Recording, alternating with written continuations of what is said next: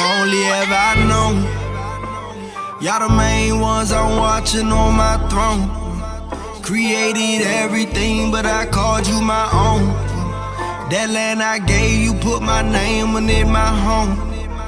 Yeah, that's my home. Israel, Abraham, Isaac, Jacob. I made a promise, can't nobody take it. I chose to put you above all the nations. Out of your graves, I chose to awaken. We made a covenant, don't you forsake it. Come get protected while they going crazy. Israel, my firstborn, my baby. Israel, my firstborn, my baby. I woke you up in your land of captivity. I do not change, I want you to remember me. Laws and commandments, I gave you the remedy. Go read the testimonies for your memory. I sent them prophets, but you wasn't hearing me. I come to you if you really come near to me. I heard your cry.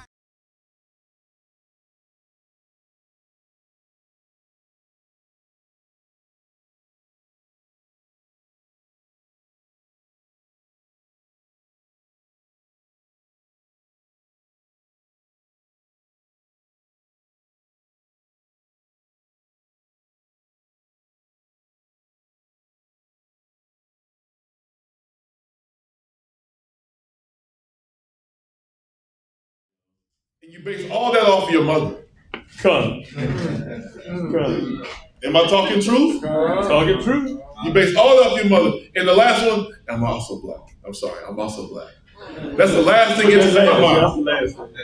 Even though that's the first thing they see, that's the last thing in your mind. That is correct. I am also black. That is so correct. Black out. Black America. That's the main thing that goes through our minds today, right? And that's what they're still pushing, even though they gave us peace, they gave us your Obama, but at the same time, they're pushing no peace. That's right. And like Brother Isaiah said, they told us to shut up and be happy with it. Be happy with it. Take your reparations and deal with that, right? You can't say we didn't give you one. We gave you one. But that one is really theirs. But that one is still theirs when it came to crafty counsel, right? You at verse 24? Yes, sir. Finish it out. We finished it out, sir. Verse 25. Yes. Verse 25. Come on. And we're in Romans 1 and 25. Come on. Who changed the truth of Yahweh into a lie? That's us. That's us. That's good. We changed the truth of Yahweh to a lie. Because he said earlier, we knew him, but we started to worship other idols. So now you turn the truth into a lie. Who have bewitched you, O foolish Galatians? Read. And worship and serve the creature. The what? The creature. Come on. More than the creator. Come on. And I will be, it's not even being bold. I'll be plain to say, you worship any other nation and not your own, that's the creature. That's it. You worship even others of your own, and they are off. They are not doing according to Yahweh Shem Yahweh Shai. That's the creature. That is the creature. For those who don't know, Ecclesiastes chapter 3 will tell you, all men are but beasts. All men are but beasts. You have worshipped the creature. I want to follow my ears. Let's get it real quick. Ecclesiastes 3. Yes, sir. I don't want nobody saying Captain said. 3 and 20. Ecclesiastes. Salakia. Starting verse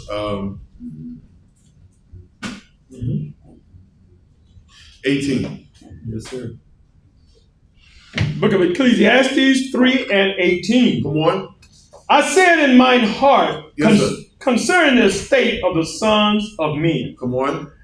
that Yahweh might manifest them, and that they might see that themselves are beasts. Themselves are what? Beasts. Are beasts. Men are beasts. Men are beasts. We do procreate. We do eat.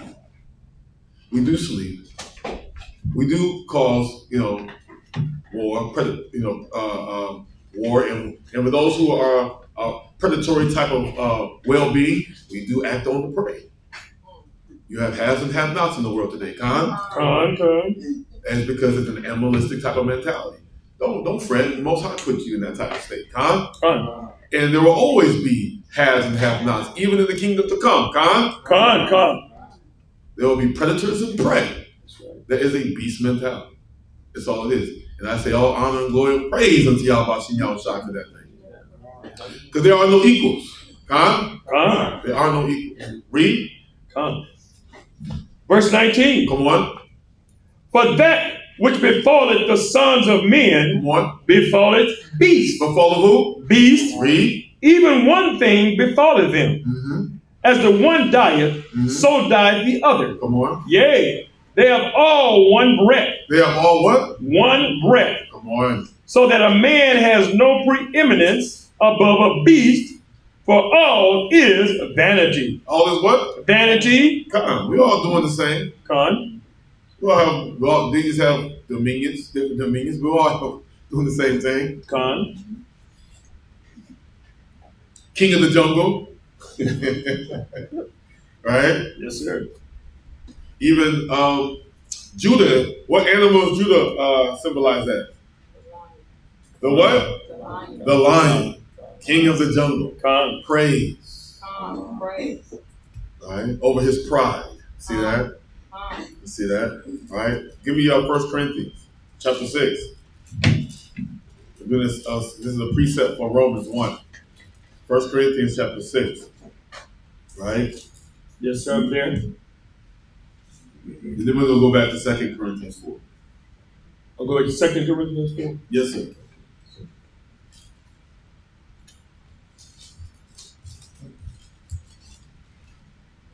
Start at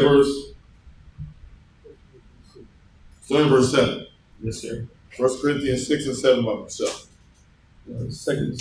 That's like that. 1 Corinthians 6 and 7. It's like that. One moment, sir. Yes, sir. Right.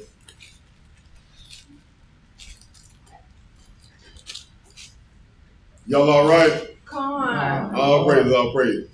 I gotta ask. It's been like I said, a lot of news has been out there. I'm trying to see how the people are dealing with it, especially coming into this truth or just managing in this truth.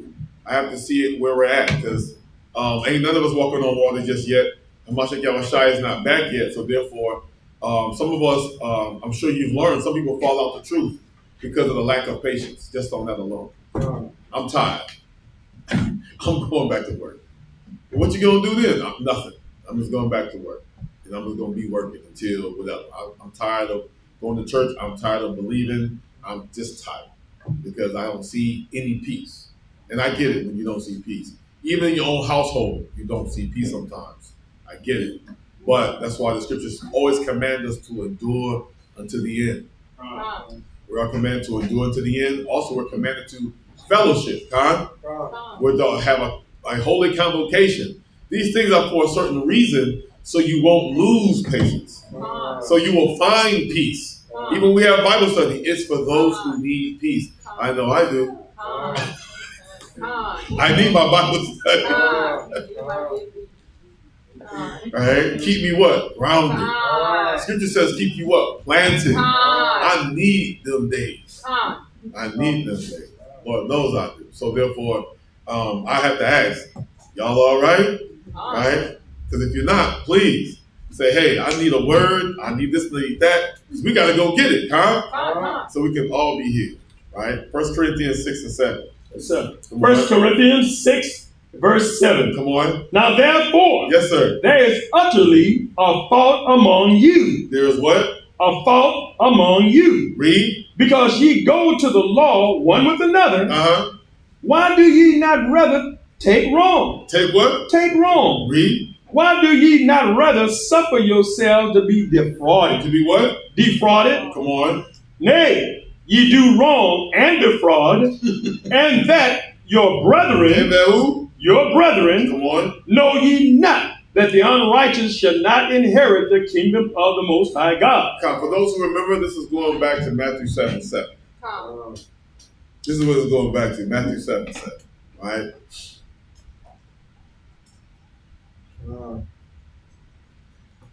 For those who remember that, it's plainly saying the same thing. When you read little cheat code, when you read Paul's epistles, he's always referencing. When we use the word always, put an underline on that word. Always referencing what he's already read. He's bringing it back. That's all he is doing, because he's commanded to do so, like all the prophets and the apostles and disciples, to reverence what they've already learned. Just that the verbiage now is real funny. So you have to find the precept where he's referencing it, so where it makes it plain, because it sounds funny. But nonetheless, he is doing that. Read. Be not deceived. Be not what? Deceived. Come on. Neither fornicators, nor idolaters, nor adulterers, nor effeminate, nor abusers of themselves with mankind. Come on. Nor thieves, nor covetous, nor drunkards, nor revilers, come on, nor extortioners shall inherit the kingdom of the Most High God. He makes it quite plain, that's not getting in the kingdom. That's the darkness that we have brought into our bodies. That's the darkness that we brought into our communities. That's the darkness that we brought when we wanted to worship other so-called gods. Read. Verse 11. Yes, sir. And such were some of you. Yes, sir. But ye are washed. But ye are what? Washed. But ye are sanctified. Come on. But ye are justified in the name of the Lord Yahushua and by the Spirit of our Yahweh. See that? That's what we were getting into again in Galatians when he asked you, where you at? Where you at? I need to know where you at, because this is where some of you. So you have to make your election sure. You have to make up your mind. There's no more straddling the fence. You got to make your mind. And don't worry. Don't worry. It's going to be a little hard at first. Those bitter herbs are hard to swallow at first. It's hard to swallow at first, but after a while, you will see the fruits of your labor. You're like, man, skin start clearing up. I can actually take a little run now. You know, the swelling and inflammation going down in my body. Yeah, it's because you started to do what? Move in the spirit of things and not dwell on the flesh of things. You stop doing, thus saith the world outside, and start doing, thus saith the scriptures. In Hamashiach Yahushua. In the spirit of Hamashiach Yahushua. I know we brought it out before, but give me Romans 3 and 23 real quick. Matter of fact, start at verse 21. To show you how we come into him, how we come into him. I know I said we're going to 2 Corinthians 4, but we're still going to go back there, but this just came into my mind and my spirit. 1 Corinthians, no, what I want, Romans 3 and 21. That's what I want. Romans 3 and 21. If you're there, say you're there. Romans 3 and 21. But now the righteousness of Yahweh without the law is manifested. Read. Being witnessed by the law and the prophets. So, I mean, you understand who it's talking about. That's a given. But now understanding one thing has to be a known. One thing has to be suspended.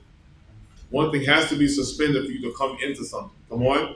Even the righteousness of Yahweh, which is by faith of. Which is by what? Which is by faith. Come on. Of Yahushua the Mashiach. Yahushua the Mashiach. See that? One thing must be held back. One thing must be suspended so you can come into your faith, which is Yahushua. The Hamashiach, the messenger, the Savior. One thing has to be suspended. You can't have both. Because we was messing it up anyway. You can't have both. But now that we read in 1 Corinthians 6, and for those who understand even in Romans, one thing had to come in, and now we're reading that in Romans. Grace and peace, Brother Joshua. Grace and peace, Kevin. I don't know if when we were talking about Galatians 3 and 2 that night on Bible study. Yes, sir. Yes, sir. Oh, I'm glad you. That was a perfect precept. Hey, I'm glad we did. I'm glad you picked up on that. Right? Shalom, family. I'm glad you picked up on that because that is exactly what it was. Exactly what it was. Well, this is part of the beginning of the lesson. I'm learning, y'all. I'm learning being in coming back. I'm learning the operation and ordinance of it all. So therefore, in the sermon sermonette we're into right now, I will touch on it. I will touch on it so they all know what you're talking about in Galatians 3 and 2. We'll touch on. But continue. Go back to read verse 21. Yes, Romans sir. 3. For those just not coming in, we're in Romans, and we're in chapter 3, verse 21. Come on.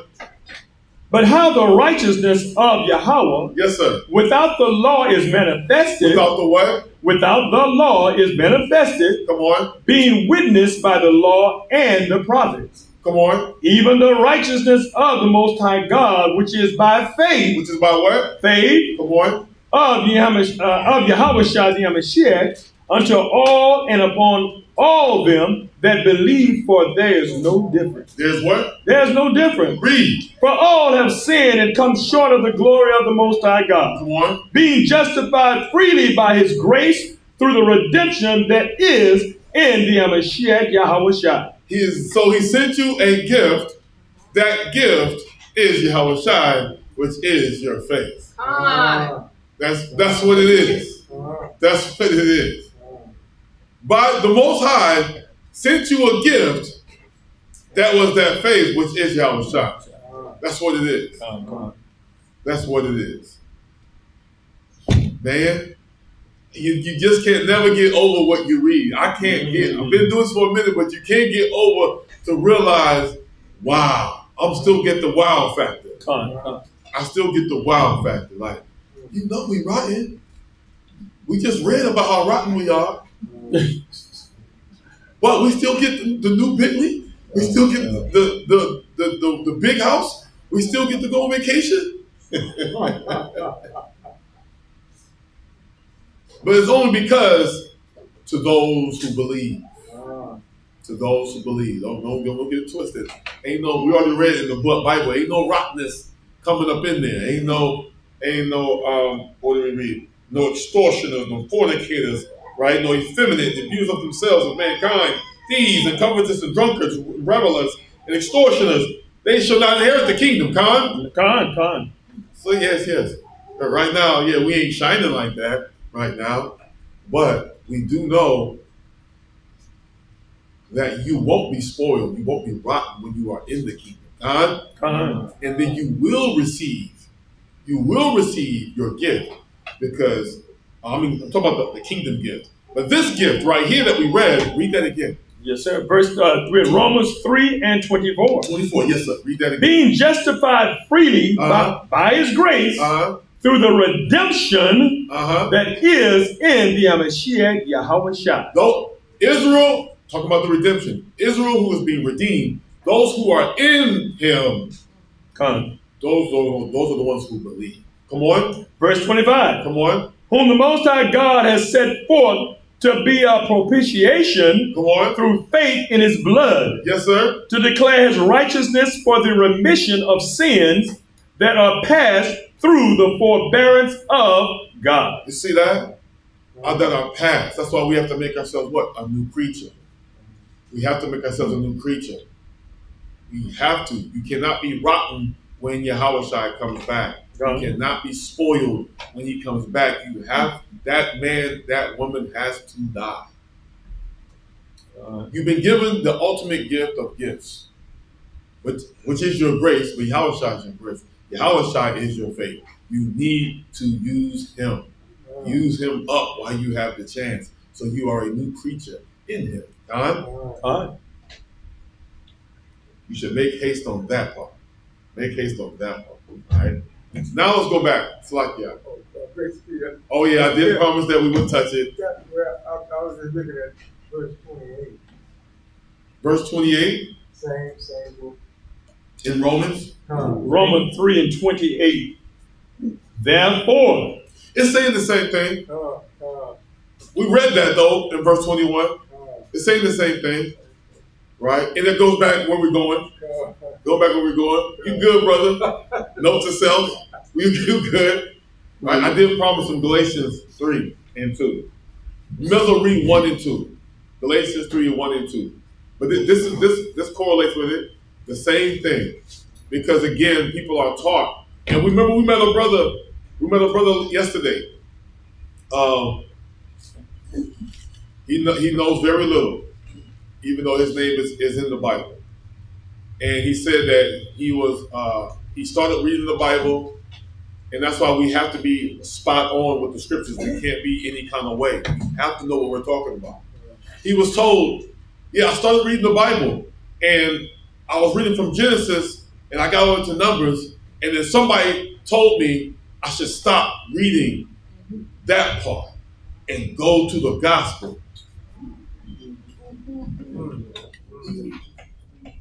I said, wow. Wow. Reason why I'm saying wow, I know why I'm saying wow. So I'm going to ask a question. And if you are 110% knowing, then raise your hand, please. Who knows where the gospel begins? 1, 2, 3, 4. Hezekiah raised his hand up first, and then Sister Dolores. Hezekiah, where does the gospel begin? Huh? La'ah. La'ah. That's a good precept, but la'ah. I see Brother Yehuda. Sister Dolores. Huh? You don't have to give me the scripture, just let me know where. In the what? Khan. Khan. Khan. It's in the beginning. Now, who knows where it's at in the beginning? Right? It's okay. It's okay. I get that. I get that. I ask another question just to see where you're at. Who was told of the gospel since it was in the beginning? Who was told of the gospel? Who was told of the gospel? I'm surprised some of the brethren are not raising their hands. I am kind of surprised. But Sister Beth. Sister Beth.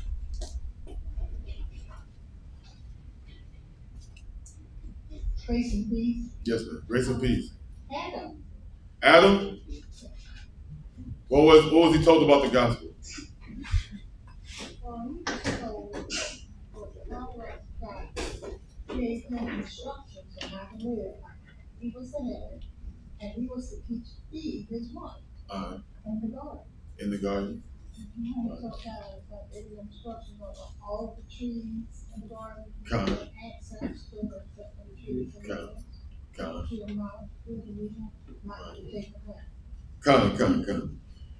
The gospel that we know of, 110%, and I know everybody knows because Hezekiah had spoke of Isaiah 61, right?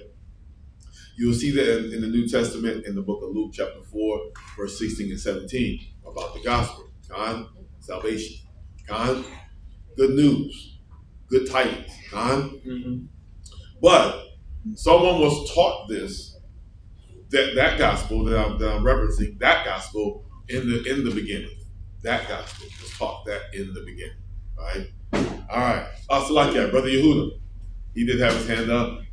Brother Yehuda. Did anybody get a scripture from the beginning? No, that's what we're waiting on, brother. Genesis 1:1. Genesis 1:1. Well, that was paraphrased.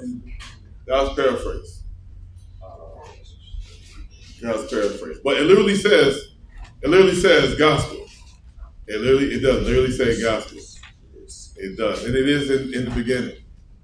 The gospel. It's not playing on similitudes or allegories or metaphors.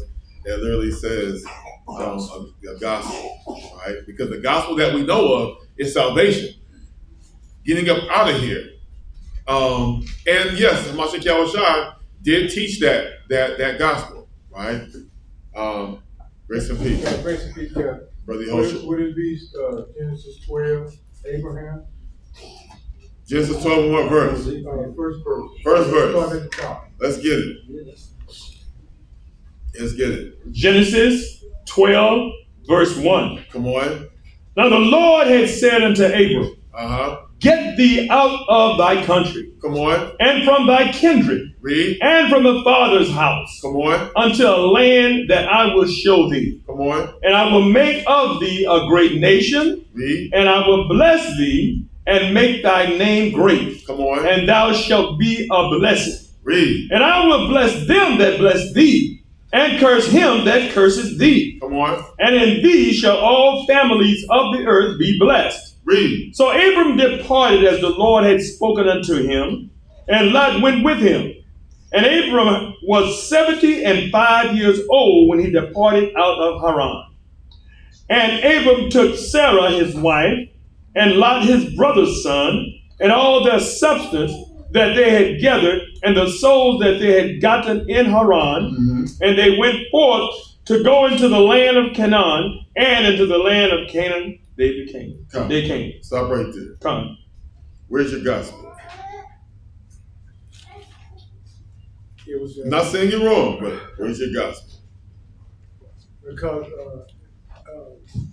because there was a Lord speaking to Abraham, speaking to him, and telling him where to go, when to leave, and what he would make of him. Blessing, he would make thee a great nation, and will bless thee, and make thy name great, and thou shalt be a blessing. Thou shalt be what? A blessing. Thou shalt be a blessing. Yeah. Thou shalt be a blessing.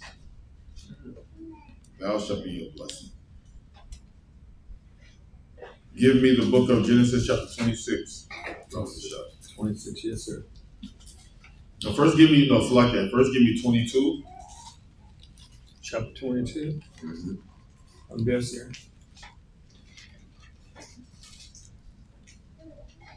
Start at verse 17. Yes, sir.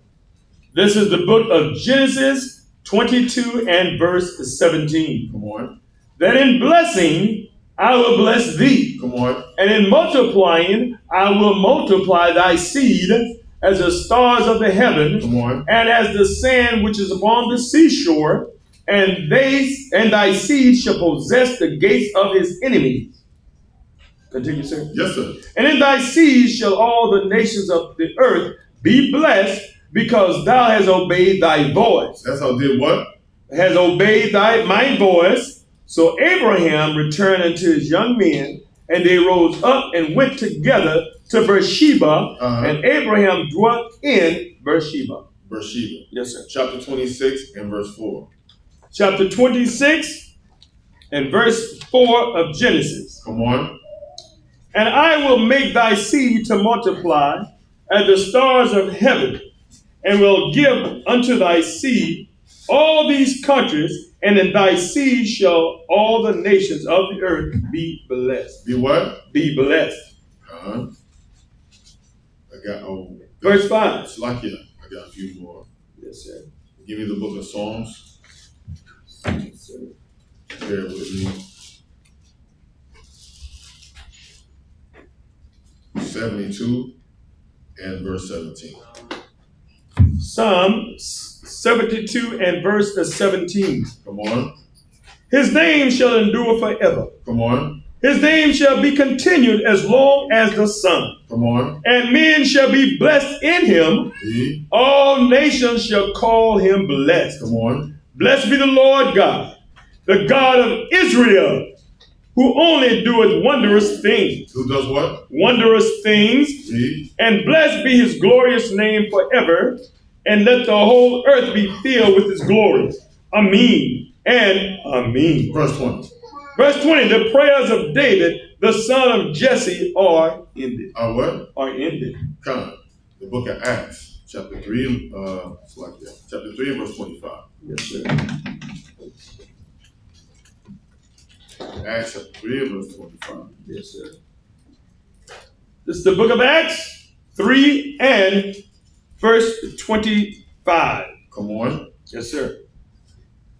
Ye are the children of the prophets, and of the covenant which Yahweh made with our fathers. With our what? Our fathers, saying unto Abraham, and in thy seed shall all the kindreds of the earth be blessed. Come on. Unto your first, God, having raised up his son Yahweh, sent him to bless you. Did what? Sent you. So like you read it again. Yes, sir. Unto you first, Yahweh, having raised up his son Yahweh, sent him to be blessed you in turning. I'm sorry, I said be. Sent him to bless you in turning away every one of you from his iniquity. From his what? Iniquities. See that? All these precepts are pertaining to all these precepts pertain to the gospel. All these are pertaining to the gospel. This is what was prophesied unto Abraham. When you do read about Abraham's walk, he was told all these things, but he did not go through all these things. He was just prophesied all these things.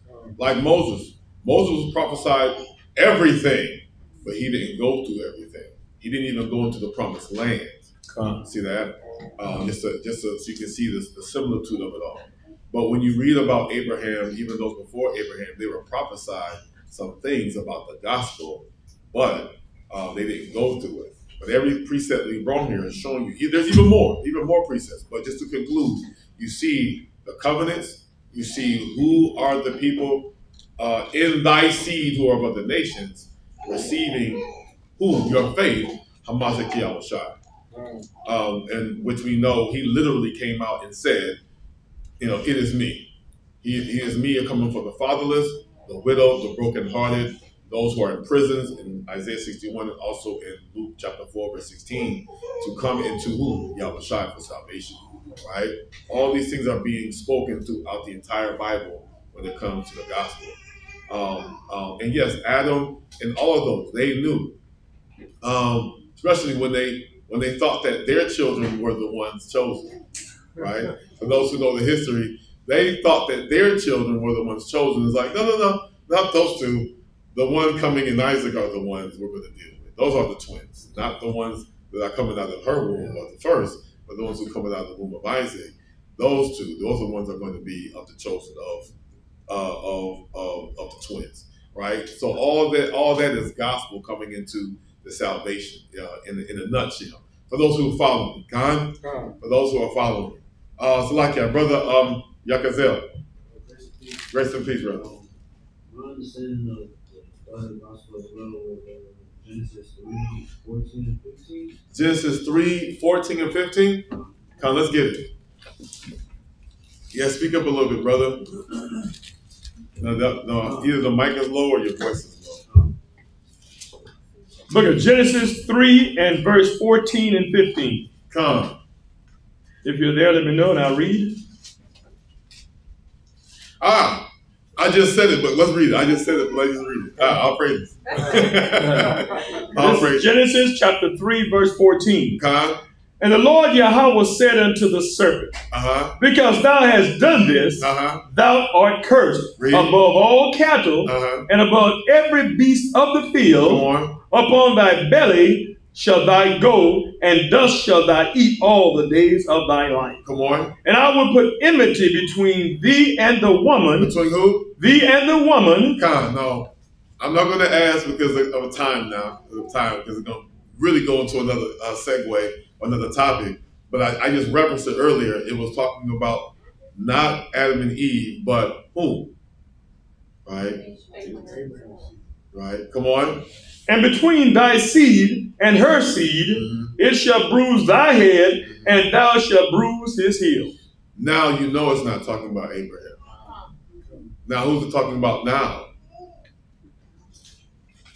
It said, I didn't think I'd have to go there. Read verse 15 again. Okay. Read verse 15. Verse 15. Verse 15. Come on. And I will put enmity between thee and the woman, and between thy seed and her seed. It shall bruise thy head, and thou shalt bruise his heel. All right, who is that? Who are the seeds that they're talking about? Thank you. Jacob and Esau. Thank you. Now you understand that, yes, Eve thought it was talking about hers, but it's not. It was talking about prophecy. That's why I say it's all gospel. So I'm going back to the story now that you got that.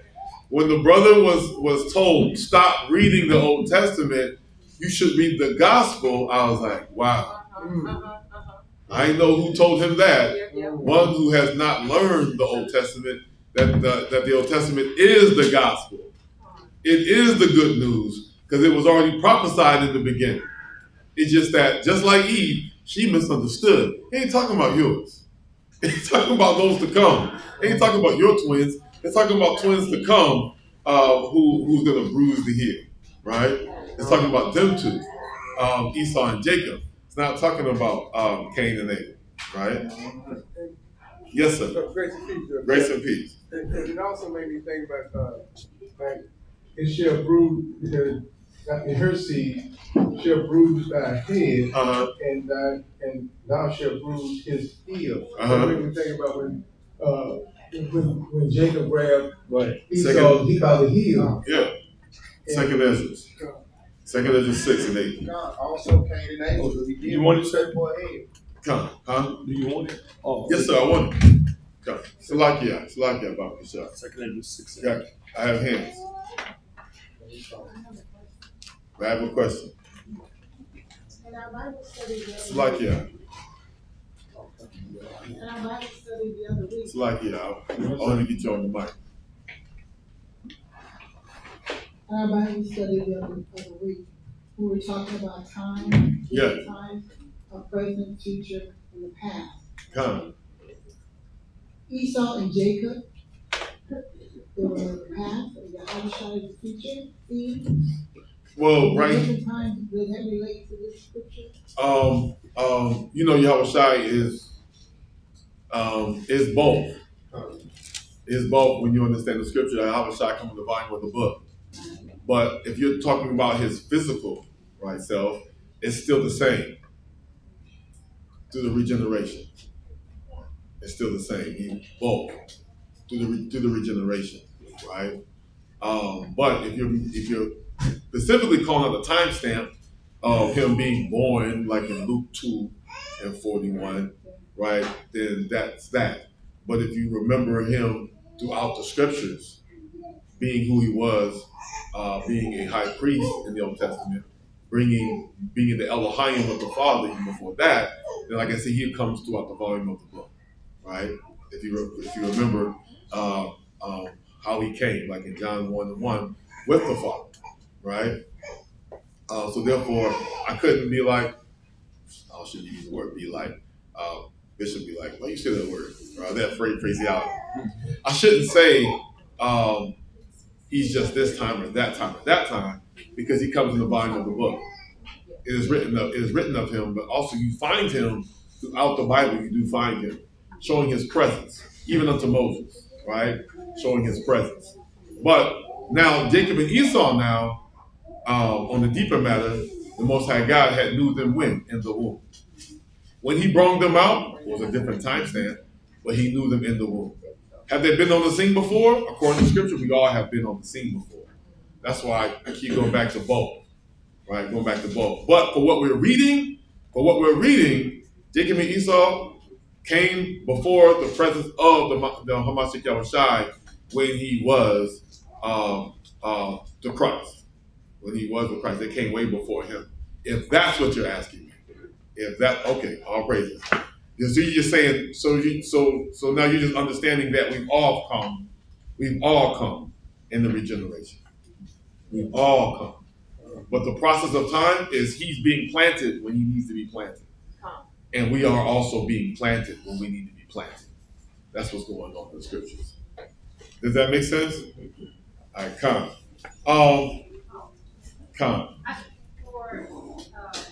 Grace and peace.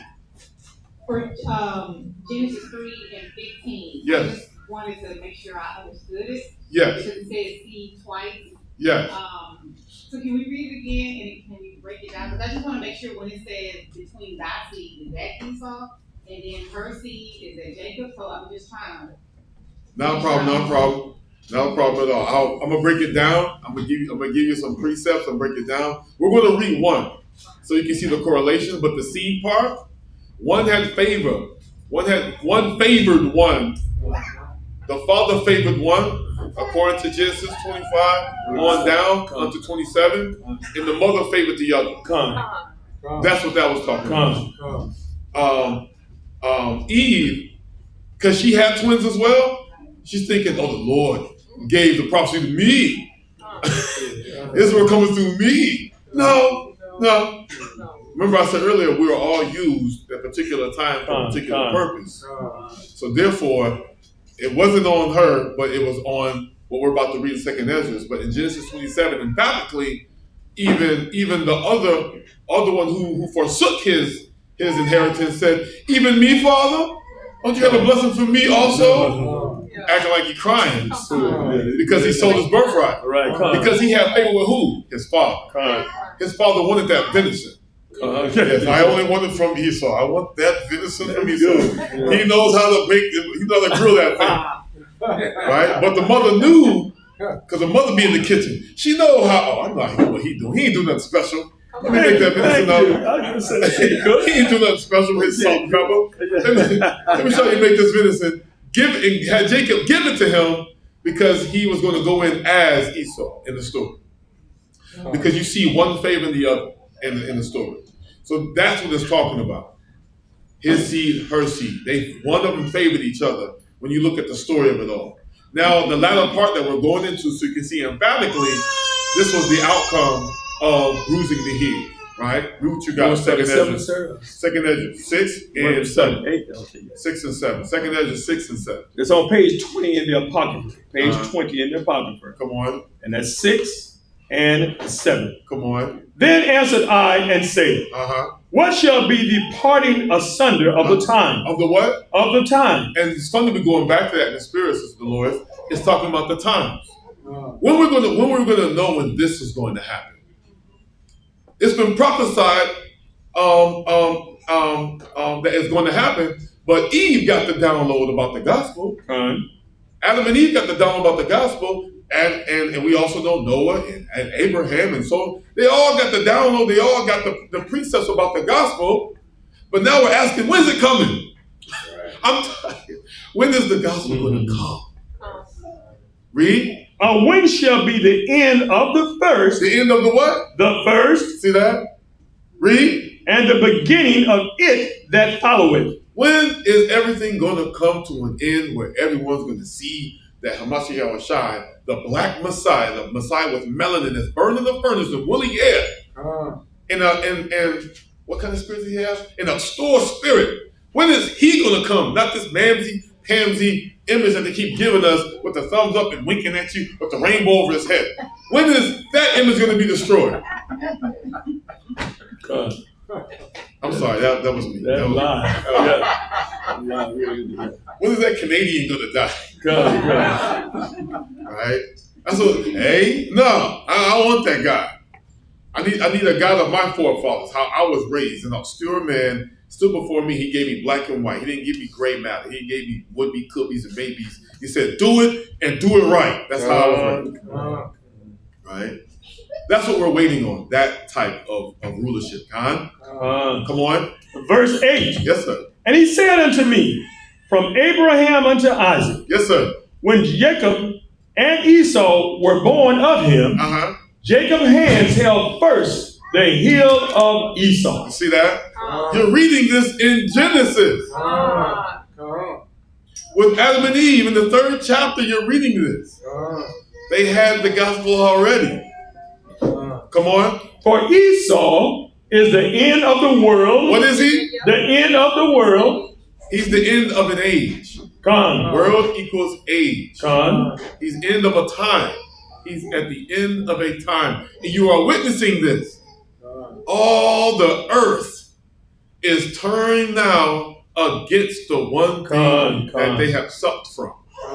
Now they are closing their borders. They're changing their currency. Right. They're creating other laws to make it difficult. They're even changing their OS. For those who have technical savvy with the word, they are changing their OS because they no longer want to follow micro something. They don't want to follow micro something anymore. Now they are following Yahweh. All praises. I knew you would get it. I knew you would get it. All praises. They're doing it. They're doing it. Going back to Yahweh. Going back to it. And all praises for that thing. I used to use it.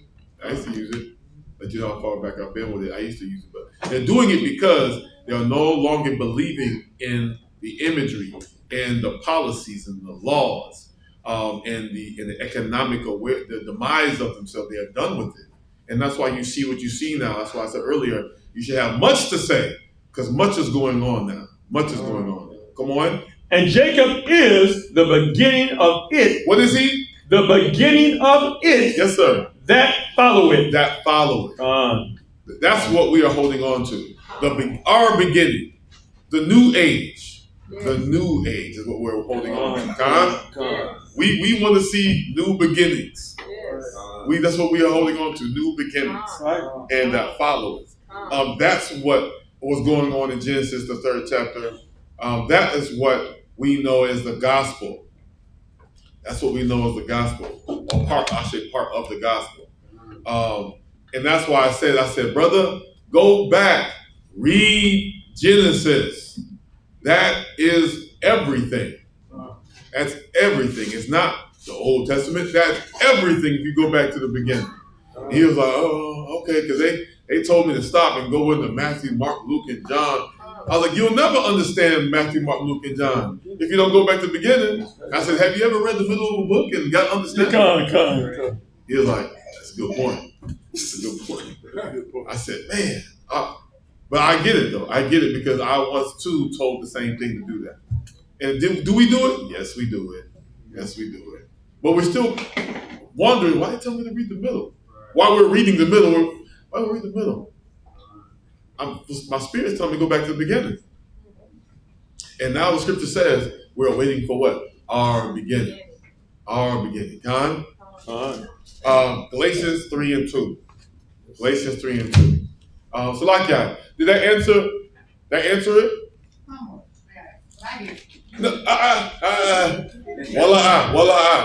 What didn't we touch? What didn't we touch? I think I was just literal. I just wanted to see it and write it on visual. I am too. I just couldn't read from 25 and 27. So make sure you write that Genesis 25 and 27, those chapters, and you will see that part. And then what we already have went over in 2nd Ezra, the 6th chapter from 7 on down, you will see those two correlate about what was going on for Eve. Eve thought the prophecy was on her. No, it was on Isaac. It was on Isaac and his two sons. On his two sons. And then even the wife said, let this be on me. She said, let this be on me because she understood it has to be as the scriptures have said. It has to be by that way. That's why she said, let it be on me, because she knew one person gave up their birthright, so therefore he forfeited. And the other person was going to inherit that birthright, as we already know, a prince that has power with Yasha'Allah, with Yahweh, right? We know that was eventual. All these things are prophecy. Just to make it small, but I couldn't read all of those 2 chapters. But trust me, once you read it, and I like people to read it sometimes, you be like, man, this is something. That's why I'm always in the wow factor. I never can get over the wow factor of how plain the scriptures are, but then someone else is trying to dumb you down. Trying to give you, just giving you nothing. I'll just say that it's giving you nothing. Because that's all it is nothing. What we read earlier in Jeremiah, they say they're giving you peace, but it's not peace. You're never at peace when you're giving a doctrine that is no doctrine. You're never at peace. You're still warring with yourself. And warring with others as well, because you never come into understanding. Galatians 3 and 2, Baba Kasha. Yes, sir. Galatians 3 and 2. Yes, sir. This only would I learn of you. This what? This only would I learn of you. Of the foolish Galatians, come on. Receive ye the Spirit by the works of the law, or by the hearing of faith. See that? And this is what we were getting into in Romans. Also, what we were getting into in Corinthians. What are you going to receive? Are you still on the old way of redemption, or is it your new way with Hamashiach Yahushua, your faith? That's all that was going on when these epistles are being read. Where are you at in your walk? You still think you have to go and slaughter 1,000 goats, he-goats, and lambs and calves and bulls and turtle doves, and sprinkle the blood on your brethren, on the book, on yourself, and on the altar? Or is it simply now by believing in Hamashiach Yahushua on his propitiation, on his sacrifice? Where are you at in your walk? Is what that verse is saying. Verse 11.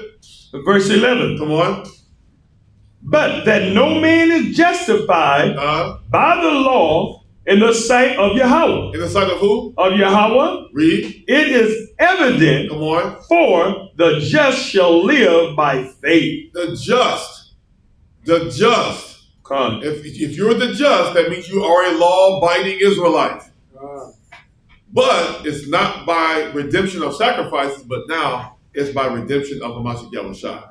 He's your faith. Khan. He's the gift that Yahweh gave you. Khan. It's on that part.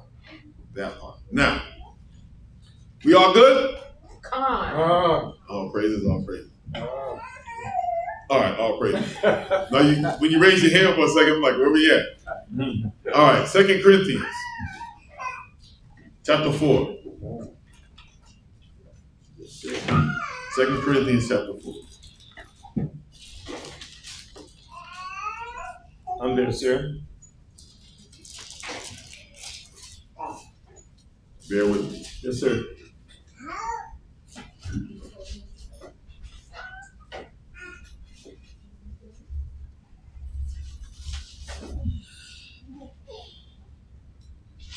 Start at verse 3. Yes, sir. Yes, sir. This is 2 Corinthians 4 and 3. Come on.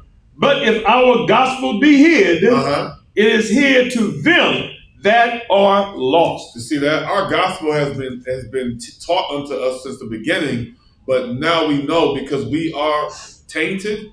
We have come out of another gospel from another age and been taught from another age. And we have wicked devices that have been teaching us things that we should not be been taught in the first place, but we desired them. Now we are what? Lost. And now we say that what the gospel is hid from us. The gospel will always be hid from you when you believe in something else and not on Yahweh Bashim Yahushua. The gospel will always be hid from you.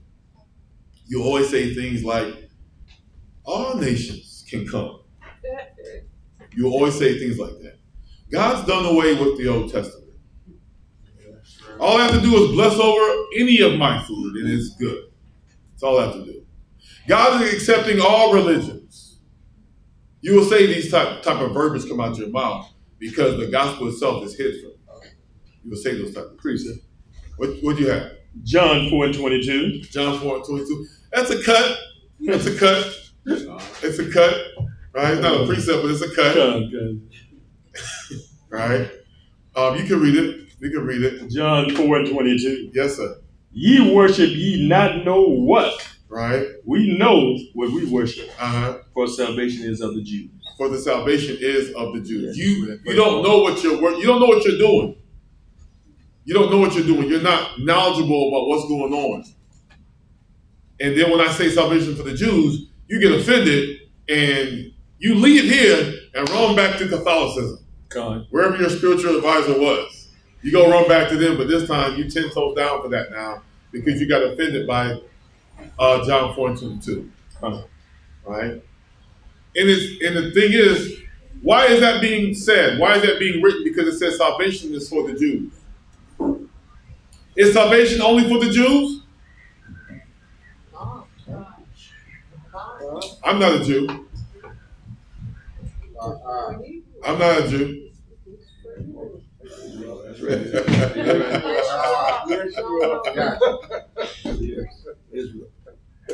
I'm not even of the Southern Kingdom.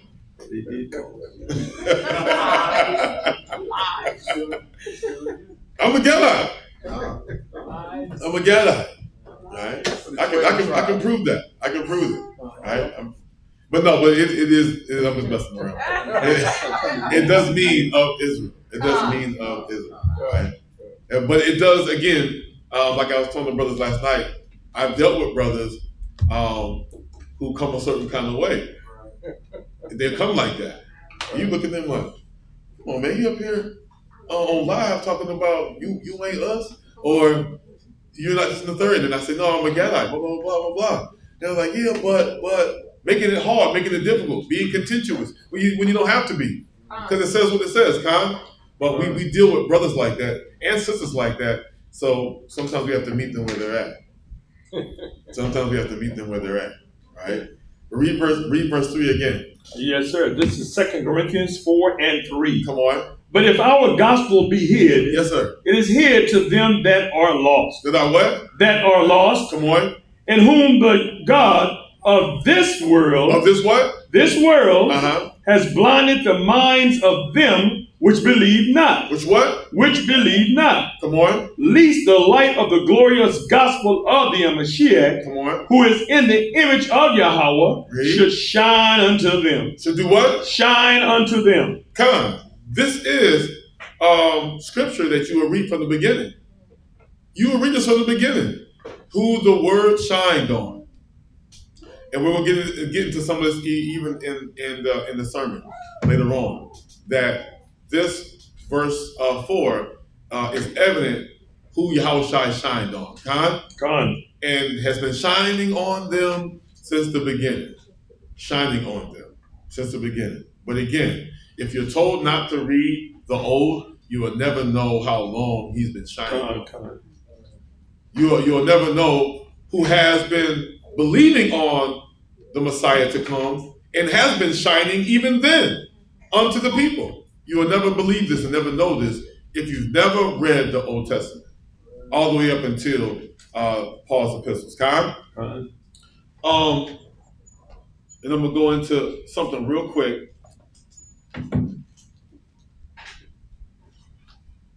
Because when you read, bear with me. When you read in Paul's epistles, right? Going back to Galatians. Give me Galatians chapter 3 and verse where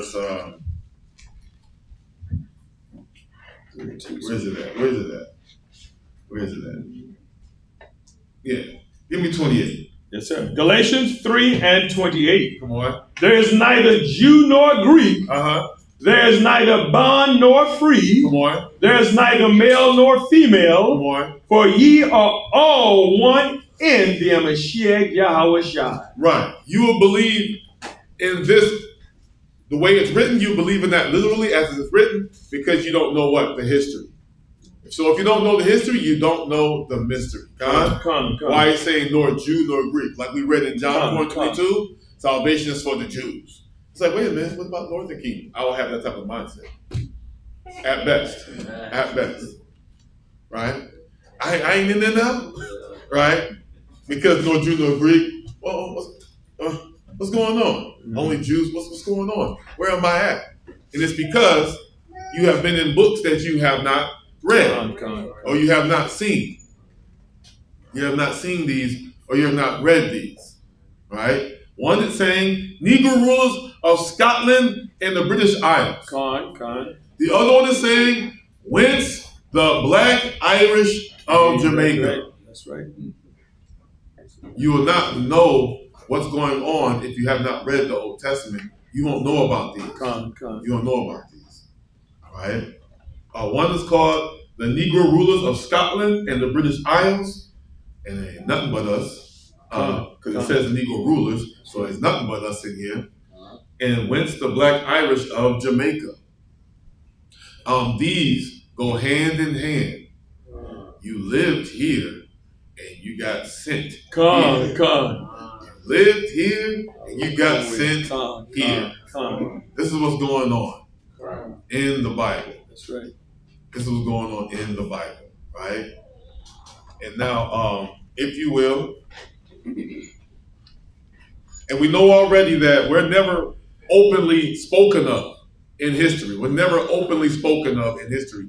Even the imagery of medieval times and Gothic times, days of before the Renaissance and before the rebirth, they called the Dark Ages, right? I know Bishop has taught you well in the Dark Ages, right? I want you to, this is an encyclopedia. Just to let you know what this is, 1768 encyclopedia, right? For those who know me for a long time, I've been holding on to this thing for a long time. And I got this in the lands of Houston, I got it in the lands of Houston. And the reason why I say in the lands of Houston, because it was in a low place when I retrieved it. And I won't tell you where I got it online. But it was in a low place when I got it. But I got it. And I never let it go out of my sight. I hold on to it because they talk about imagery in lands that we just saw in these two books. Kyle? Bear with me. It's like, yeah, Sergeant, you should have one of the other brothers come. You stay there, please, Bucky Shaw. I'm going to show you an age. Go on and give him that. And in the index, you're reading in the land of Ireland, in the land of Ireland and Scotland, in the land of Ireland, Scotland, in the encyclopedia from 1768, Britannica. It's in the Britannica, so you can find it for yourself as well. It's not hidden. It's just hidden to those who don't know because of imagery on movies and commercials and so on and so forth, and also public schools. Right? Now, I already told them where it's coming from. Already told them where it's coming from. Read the insert, please. Yes, sir. It's highlighted with the blue around it in yellow. Read that, please. The few human bones found in Salakia. It's yellow with the blue square right there around it. That, yes. Yeah, just I'm reading it. Thank you, sir. Just want to make sure. The few human bones found in Irish Bronze Age sites. The what age? Irish Bronze Age. The Irish Bronze Age. The Irish Bronze Age. Pay attention to these words. The Irish Bronze Age. Come on. Sites indicate that the population of the country during this period belonged to the Mediterranean race. The what race? Mediterranean race. Mediterranean. A relative short, dolichocephalic, long-headed, and dark-complexioned people to be seen today in the fullest purity in Spain. And where? In Spain. In Spain. Thank you. If you do look at a map, Spain and Greece is not far from each other. They're not far from each other at all. And that's why I held these up so you understand we've been there. We've been there. It's written about you. Yes.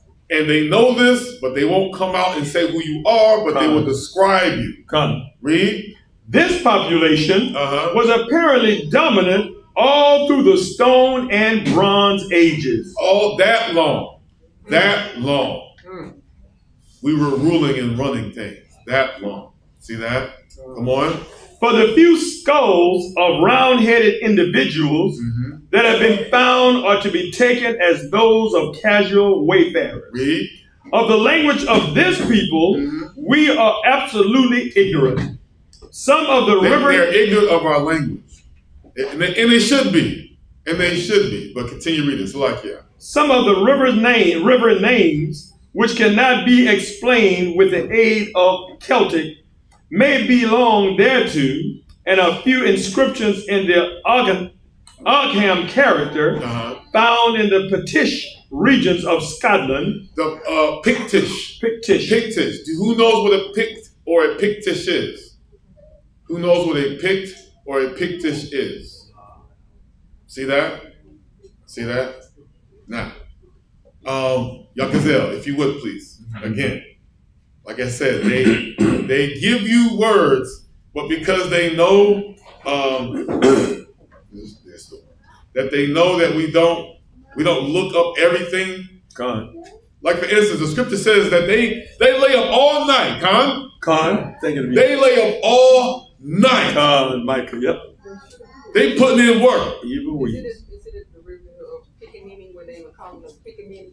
We're going to read. Okay. We're going to read to make sure we hear clear. I like the intuitiveness. Okay. I like that, but we're going to read. Bear with me. Yes. Give that to him. Give that to him. And you can read the cover. Read the cover. Yes, sir. Also, they can hear it online, and then read the insert on that page 37. Yes, sir. Thank you. The book is called The Negro Rulers of Scotland and the what rulers? The Negro Rulers of of Scotland Uh-huh. and the British Isles. And the what isles? British Isles. Come, the British Islands as well. Come on. By Dr. John L. Johnson. Come. Read verse 37, please. Page 37. Yes, sir. Verse 37. The Christian King David the First, who had Pictish blood. What did he have? Pictish blood in his veins. Was the youngest son of the Scottish Moorish king. No, what kind of king? Scottish Moorish king Malcolm III, who was a descendant of the Scottish Pictish King Kenneth the Nigger. The what? The Nigger. Thank you. Thank you, sir. Thank you, sir. Thank you. The nigger. We've been there. We've been there. Pictish. We've been there. A Pict is a dark-complected person. A Pict or Pictish is a dark-complected person, as they were describing in the encyclopedia. But just showing you we've been there. That's right. They know you. They know you. They stay up all night making record, and they keeping it, checking it twice that nothing is forgotten, nothing is missed. Just that we now don't know what's going on. You even heard that word, picked. But they use it all the time. They use it. It's not a new word for them. Right? Go back to the Encyclopedia Bible. Yes, sir. Where you left off at. The Yes, word sir. Pictish. Slakia. Oh, go ahead. P-I-C or P-I-C? P-I-C-T-I-S-H. Pictish. Yeah. And you will see even on Google, and you're gonna laugh. You're gonna laugh. Other than the homework already, you're gonna laugh if you do Google and type in Pict or Pictish. Yeah, just go Pictish. What came up? No, go to images. Yes, so I'm seeing Celtic. Oh, it is? Because when I did it, the persuasion came up. The persuasion came up. I was like, yeah, I knew you were lying. I knew you were lying. For me, the persuasion came up. All praises that they probably set the story straight. Maybe because of Google said that the first skeleton that they found in those lands was of us. Was of us. They did admit that on Google. This was before that was after I required the book talking about it, because when I looked up the word Pict or Pictish, they gave me the persuasion. And I'm like, but it had tattoos across the face and across the arms, holding an axe, and I was like, y'all be lying. Right. Like, even if you look up the word Mediterranean race, again, persuasion, they'll show you that. But not you. They'll always give you something else, but not you. Come on. Yes, sir. Found in the Pictish regions of Scotland, may possibly preserve some words of this tongue or of a cognate dialect. Of a what? Cognate dialect. Come on. These inscriptions have defied all attempts to decipher them. That's it. Son, stop right. This is just showing you we've been there since the Stone Age. According to them, we've been there for a mighty, mighty long time. And that's why we can prove it describes of us being Pictish, Moorish, being melanated, but kings and rulers. But now we're over here now. Being still called the Black Irish. Still being called the Black Irish, but now of the Caribbean or the Caribs. You see that? So now when you do read in Paul's epistles, now you have the imagery. Now you have the imagery, not by moi, not even by the Holy Scriptures, but out of their own mouths. Out of their own mouths. They know who you are. They know who you are.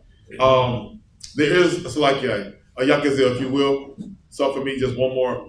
I'll turn up the page in the encyclopedia. He took out that paper.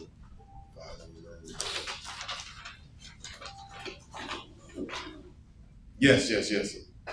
All that is in color. All that is in color. Thank you. Shalom, family. We're again reading from the 1768 Britannical Encyclopedia. The Druids. The what? The Druids. The Druids. Read. Druidism, known only in Transalpine, Gaul, Britain, and Ireland. And what? Ireland. Right, but we already We already have given a nice heavy load of what's going on there. Ireland and in Britain. Read.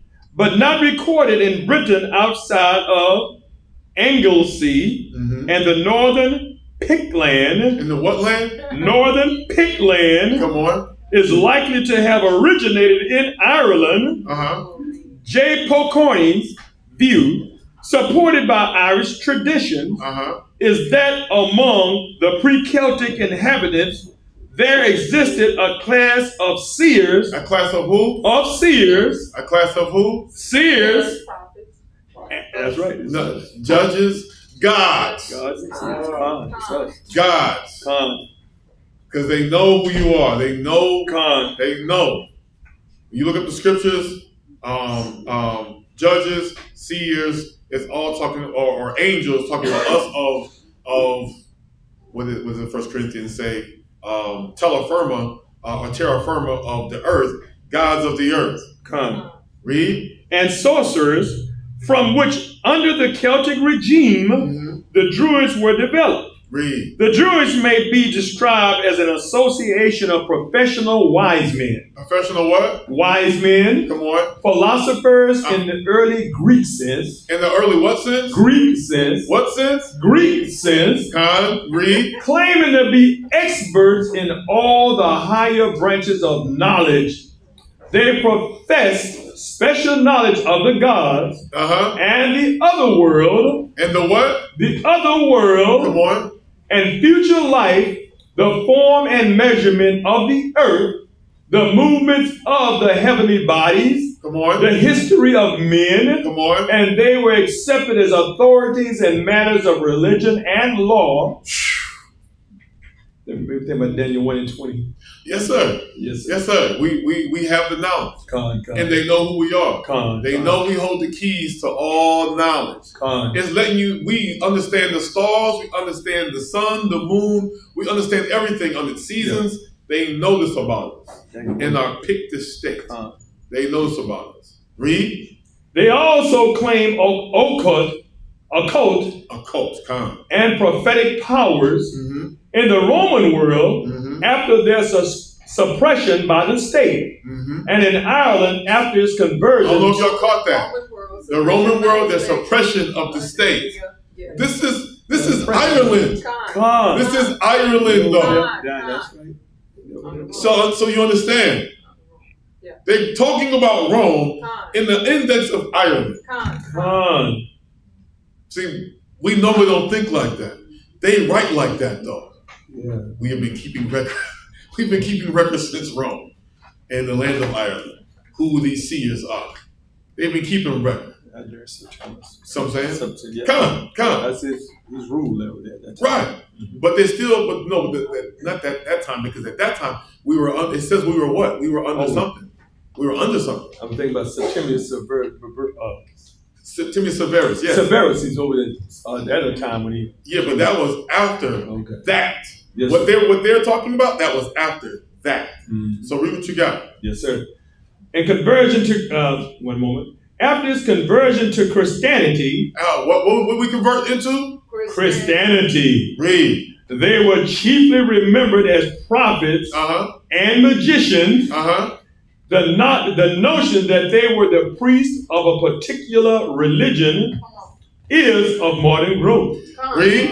In Christian Ireland, the Druids continue to exist, but with a change of name. What they do? A change of name. Yes, sir. And with limited scope. Read. They were called Philid. The Philid. Spell it. F-I-L-I-D. The Philid. Now they give us another title. The Philid. F-I-L-I-D. Confused, yes. Come on. A name which in time became restricted. Whoa. What did it become? Restricted. Read. To the meaning of poets. So now we're no longer seers or prophets of all knowledge. Now we're just poets. That's what they do, though. That's what they do. They'll take something great and dumb it down. And then what do they do? We invented it. It was us. Right. It was us. It's not what it used to be. It's us now. You're like, wait a minute. No. The scripture says that we did this first. Con. But we already know, according to the Bible, they're going to give you what? Another image, another law, and another way, another doctrine, another God. When there are no gods, there's only one.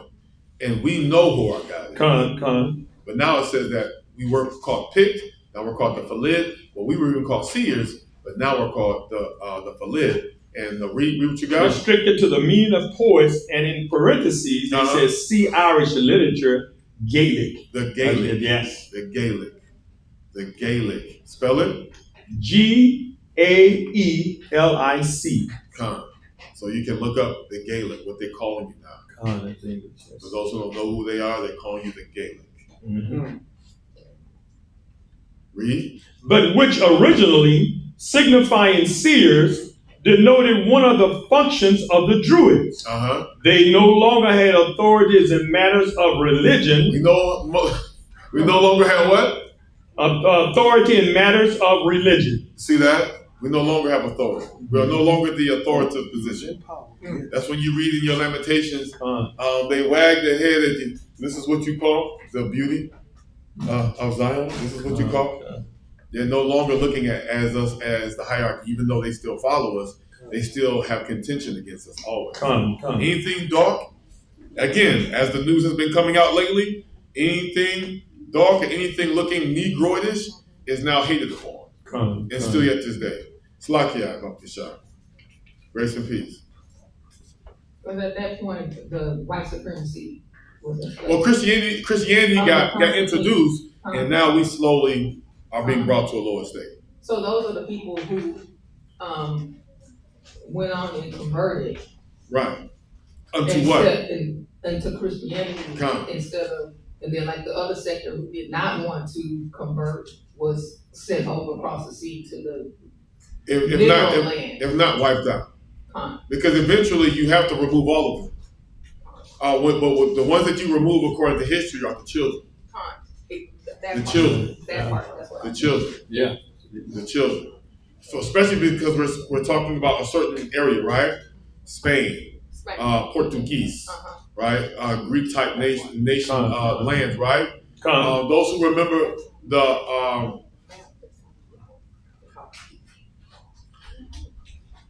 remember the Spanish Inquisition. If you understand the history, the elders, the women, the men, and the mothers and fathers and mothers had to be killed in order to get the children, to raise the children any kind of way. That's what was going on. You read this in 2nd Maccabees. That was what was going on in 2nd Maccabees. From the 4th chapter to the 6th chapter, that's what was going on, what you're reading here. But here is playing on the nice words. We had to, de-escalate that, bring in Christianity, and now we're no longer following those of the prophets, those of the seers. Now we're coming to another way. Another way. But when you read the law itself and the testimony, we're being killed. And the children are being raised into another doctrine. That's what was going on according to scripture. But I'm just showing you, they know this. They know this. That's why you have to read what the intent is to know what they know. Because they're telling you who you are, but they're not showing you what they're doing. They're just telling you who you are. Come on. They no longer had authority in matters of religion, but they long continued to practice occult rites of divination. In matters of learning, they were displaced from the ground covered by the Latin teaching of the ecclesiastical schools. What kind of teaching, though? Ecclesiastical schools. Back it up to what kind of teaching? Latin teaching. Latin teaching. Latin teaching. Now you hear some of us say, do you know the Greek? Have you been taught Latin when you want to read Paul's epistles? I'm like, that's why I said, come on now, dog.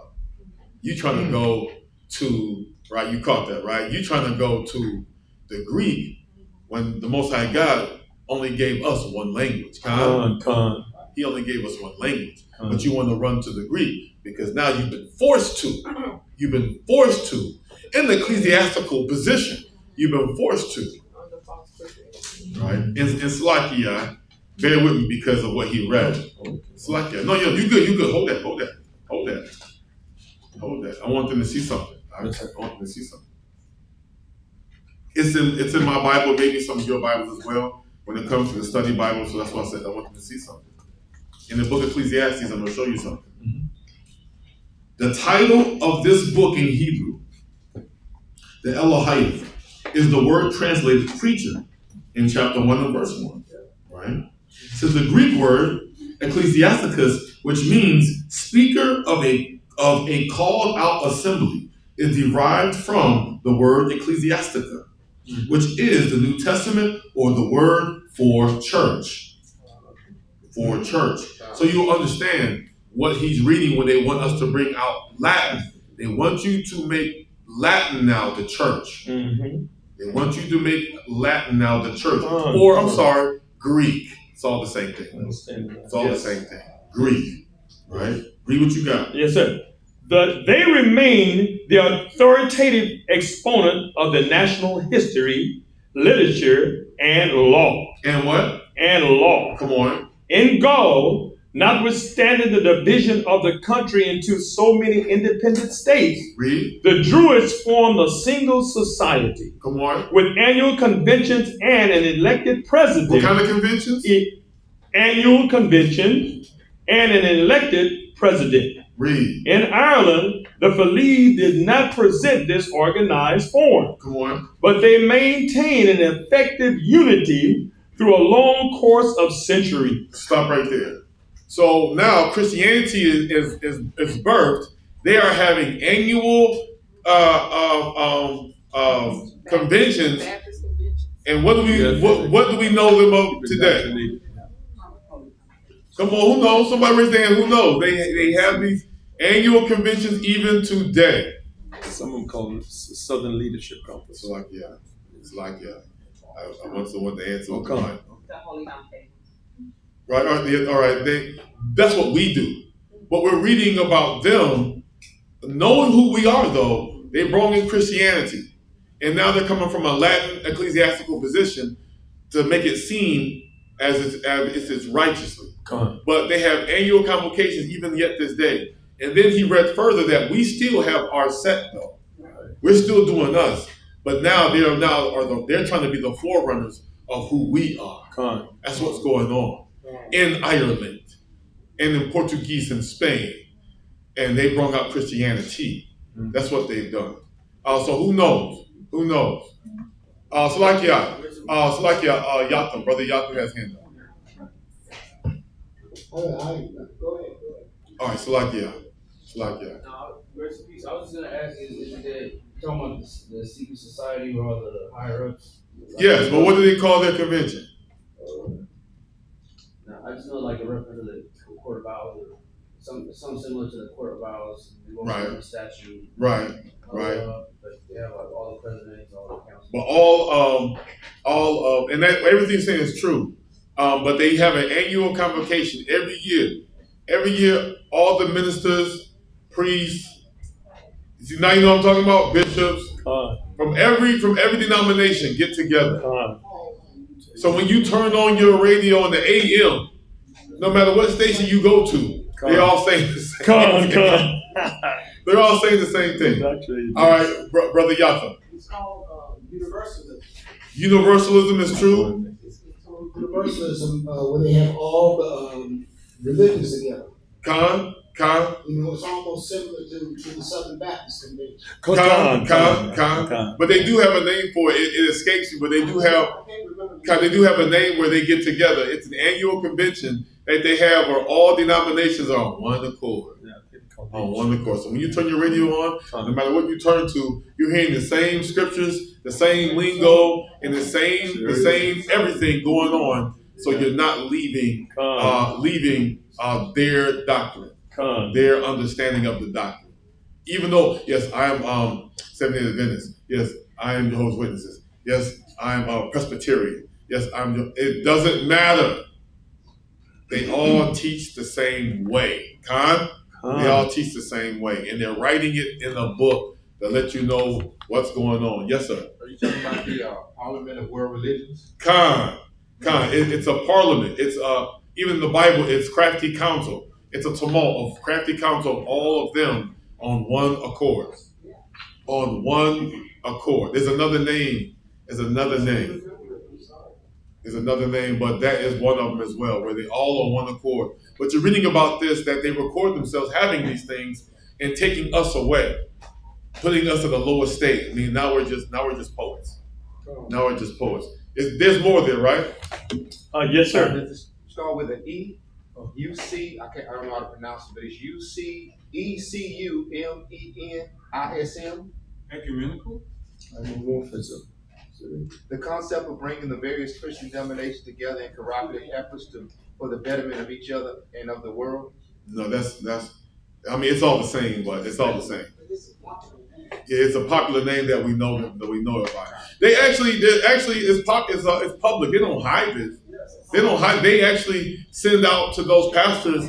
They send out an application, and anyone who can go, anyone who wants to go can go, and sit there and listen to what they're going to do for the next year. It's not like they hide it, because again, everyone now is on one accord. Everybody's in Christianity or some form of it. So there's nothing to hide from. But because you don't read this part now, you don't read that you now were in a position to teach according to the Most High God. But now they brought in another gospel, as the scriptures have said. They brought in another gospel, and now have just put you to the side. Right? Read where you left off at. Yes, sir. They provided a single code of law for the whole country. Read. They followed a common literary usage in writing and in minutely regulated rules of prosody, which they all accepted. Which they what? All accepted. Read. Is that it? That's it. That's it from down to the blue? Yes, sir. That's it, right. So now everyone accepts this new theology. Even at this day, everyone accepts this new theology, not knowing how it transfers. But now that we're in the scriptures and we read the Maccabees, we read Esdras, we read even the Old Testament, to know that Jude says you once knew this, God. You once knew this, but now you're brought to a lower state to where God loves everybody. We're all bleed red. We all bleed red. God loves variety. You start talking like that, right? That's what I was taught, right? It's like Bible can shout grace and peace. I was wondering, is that like what they talking about, the one world order? Yes, ma'am. It's all the same. Everything everybody brought out was all the same. Everyone on one accord. On one accord. And that's why I said earlier, now Israelites are experiencing some of their videos being taken down because they're too forward. It's too forward. There's no space for kumbaya. It's too forward. Now they just take them down. Yes, ma'am. Were you looking for a summit? Summit is another one. Parliament, Summit, League of Nations type thing. We just can't remember the popular term that they used to use when they would announce that they're having this annual conference. Something conference. Southern Leadership Conference. That might be Southern. Yeah, that's what I was Southern Conference something. Right, Southern Leadership Conference. Right. In Dallas. But they would have a conference to where all of them would come on one accord, no matter what denomination, and they would teach the same way, the same thing. The same month, the same time of month, they still kept one accord. When you start flipping them channels, I'm telling you, you're going to be like, man, he's still doing the same thing. SCLC. The same thing no matter what. SCLC, Southern Christian Leadership. There it is. The Southern Christian Leadership. That's the conference they will have. The Southern Leadership is what they will have. That convention they will have every year to make sure that all nations was the same, of all religions, of all ethnicities was on one accord. That's what they were selling. And now, but again, they're putting it in the book to let you know how they move, and they know, and they're showing you who you are, but not by name, but by description. And where are you living? You are living in those lands where they are now, and you've been there before them. You ain't gotta listen to me now. Google will tell you that now. The cat is out the bag, as they say. Google will tell you that now, that the first human being was a melanated person in those lands. The first, as they say, the first. And when we read the encyclopedia, it says since the Stone Ages, we've been there. We've been there. So it's not me. Not me at all. It's thus saith the Most High, because he's the one that does what? He reveals everything unto us, right? Unto us who are the called. unto us who are the called. Now, anyone have any comments, questions, or concern predicated on what we brought out? Because again, I know we're just reading from the encyclopedia and also some of our books who tell us who we are. But I know sometimes people have been taught a certain kind of way in history as well. So that's why I asked, anyone have any comments, questions, or concern predicated on what you were taught?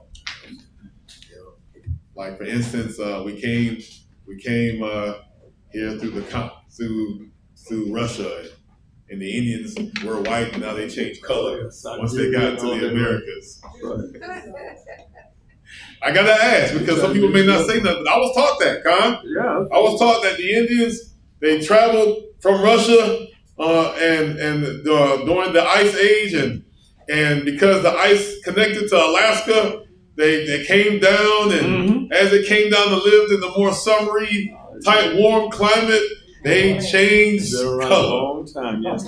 Changed color. That's what we was taught. Yeah. We was taught that in public schools, Con. And I'm like, all right. So what happened with the rest of them? What happened that the ones that come over here, migrate over here, how come they ain't changed color? They still the same. If the ones that came over the Ice Age changed color. We was taught that malarkey. Con. I know, crazy. It's madness. Just I had to ask because, like I said, let me know what you were taught because I know what I was taught. So please, come get some understanding, man. Or maybe you know already, like I've learned. I've learned already. It was all lies. It was all lies. Con? It was all lies. We've been here. We've been there. And we've been here. Con? Now you know who the Greek is. And now you know who the Greeks are. Con? Going on to the lesson. It's like, the title is Ye Are the Light. The title is Ye Are the Light. Ye are the light. And that's what I said earlier, is prophetic and in the spirit how my brother came out with 2 Corinthians. I said, ye are the light. Ye are the light.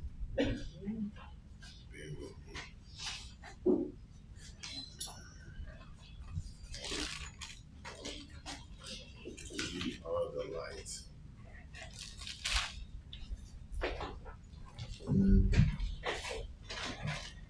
First and foremost, I want to give all honor and glory to Yahweh for those who are coming online right now, or those who just coming in, chiming in. We give all honor and glory unto Yahweh by Shem HaMashiach, Yahweh Shai. And also we give all honor and glory unto the elders, like Paul and all the apostles and the prophets and the seers who've been making a light unto us unto this day. Even the daughters of Sarah who have been a light unto our brethren to make sure, being used by Yahweh.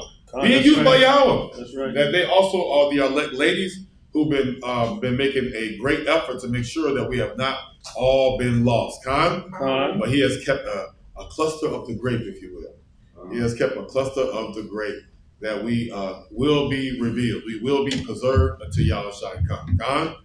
All praises, right? Let's go into the beginning since we started the beginnings before. Let's go into the beginning again.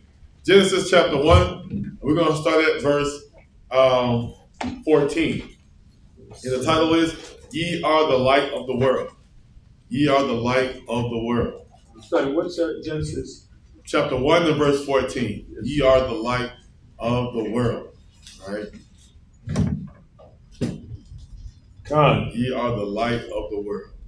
Genesis 1 and verse 14. Come on. And Yahweh said, let there be lights in the firmaments of the heaven to divide the day from the night. To do what? Divide the day from the night. Come on. And let them be for signs. Be for what? Signs. And for seasons. Come on. And for days. Read. And years. And what? And years. Stop right there. Yes, sir. These are things that we read in the encyclopedia that we have knowledge of. We understand why Yahweh and Yahweh Shai, in their order and in their commandments, has set everything from the sun to the moon, the earth, the air, the waters, Everything's set in place. The flowers, the creeping things, everything is set in its place for a purpose. We knew these things. We knew these things. It wasn't new to us. We didn't go, whoa. We knew these things. It was nature for us. Natural for us. And they know this, that it's natural for us because we are made in his image. Read. Verse 15. Come on. And let them be for lights in the firmament of the heaven. Of what? In the firmament of the heaven. Yes, sir. To give light upon the earth, and it was so. And it was so. He commanded it, and it was so. Bear with me, y'all. Stuff popping in my head. Yes, sir. Give me the book of Ecclesiastes.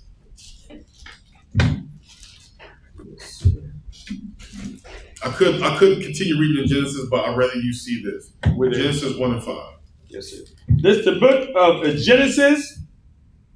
I'm sorry. Ecclesiastes 1 and 5. I'm sorry. That might be my fault. Ecclesiastes 1 and 5. Yes, sir. The sun also ariseth. Yes, sir. And the sun goeth down. Come on. And hasten to his place. Come on. Where he arose. Where he what? Arose. Read. The wind goeth toward the south, and turneth about unto the north. It whirleth about continually, and the wind returneth again according to his circuits. According to his circuits, but his circuits are given by a commandment. His circuits are given by a commandment. That's why they return unto their circuits, continuing to move a certain kind of way. Even today, the weather station, they are already mapped out. They've already mapped out the circuits of the wind. That's why they're able to predict, because over time they're able to calculate. The wind keeps doing the same thing. The wind keeps doing the same thing it did yesterday. It's doing the same thing. It just depends on what? The season of the year. But over time they've recorded it so they can give you what? A better accuracy of this is going to happen throughout the week. Because you're wondering how they predicting it a 7-day forecast over time. It ain't rocket science. It's over time, over the certain year and the time of year they've calculated this, that, and the third. Now the tornadoes now. They know the season, but they can't control how they operate. But they know the season. Over time. So yes, sir. Did you say circuits? You said circuits were what? No, the circuits are the commandments that Yahweh gave. The circuits are the commandments that Yahweh gave. That's why it says continually. They go and they return. They go and they return. They are made on a commandment. That's right. Right? And trust me, we've already read that they know that you know, or you used to know this. Now they act as if what? They know this. They know nothing without you knowing it first. Yes, sir. It's like that. And to bring it home, remember Benjamin Banneker created the almanac. Come. Again, a type of record. Right. A type of record. You see that? Again, we do, they copy. You got to understand that. Even the scripture will tell you, this is not new. Has this, whatever has come, or whatever is coming, it's already a king. It's nothing new. But we have been the forerunners of all knowledge and all understanding. And now they come behind you and say, no. We know. No, you don't know anything. And I can prove it. I just got to watch you cook. And I know. You know nothing. I just got to watch you boil an egg. And I already know you don't know nothing. I just got to watch how you prepare your meat. And I know you don't know nothing. So don't tell me that it came to you first. You see that? Because we follow men and women. We follow everyone by one way only if you haven't known. And that's by their actions. Through your actions are weighed. That's in 1 Samuel 3 and 2, I believe. That's how we know him. Yahweh says he knows you by your actions, and he weighs you by your actions. Same accord with us. We know who you are by your actions. Right? Where we leave off at? Yes, sir. We left off at Ecclesiastes 1 and 5. Come on. Okay. Verse 6. The wind goeth toward the south, and turneth about unto the north. It whirleth about continually, and the wind returneth again according to his circuit. Come on. All the rivers run into the sea. Yes, sir. Yet the sea is not full. Yet what? The sea is not full. That is a circuit for those who understand the movement of the waters and the air and the sun and the moon. It is a circuit that's not seen. It is a circuit that is not seen, but it is a circuit. Read. Unto the place from whence the rivers come, thither they return again. What do they do? Return again. See that? They return again. It's on a circuit. From the clouds in the air to the waters beneath, it is a circuit that you don't see. It is a circuit that you don't see. Right? Even when you do see the rain, well, how's that water getting back into the clouds? Right? It's a circuit that you don't see. Read. Verse 8. Come on. All things are full of labor. Man cannot utter it. You see that? The eye. The eye is not satisfied with seeing. Come on. Nor the ear filled with hearing. Come on. The thing that has been, it is that which shall be. Read. And that which is done is that which shall be done. Come on. And there is no new thing under the sun. Come. According to Israelite, there ain't nothing new coming. There is nothing new in the past. It is what it is. Once you understand who you are and who Yahweh is, all you should be knowing is to now get right church and let's go home. Right? According to what we read here. We're reading Genesis and Ecclesiastes. Right? Give me the book of Psalms chapter 104. Psalms chapter 104 verse 2. Verse 2? Uh-huh. Yes, sir. The book of Psalms chapter 104 verse 2.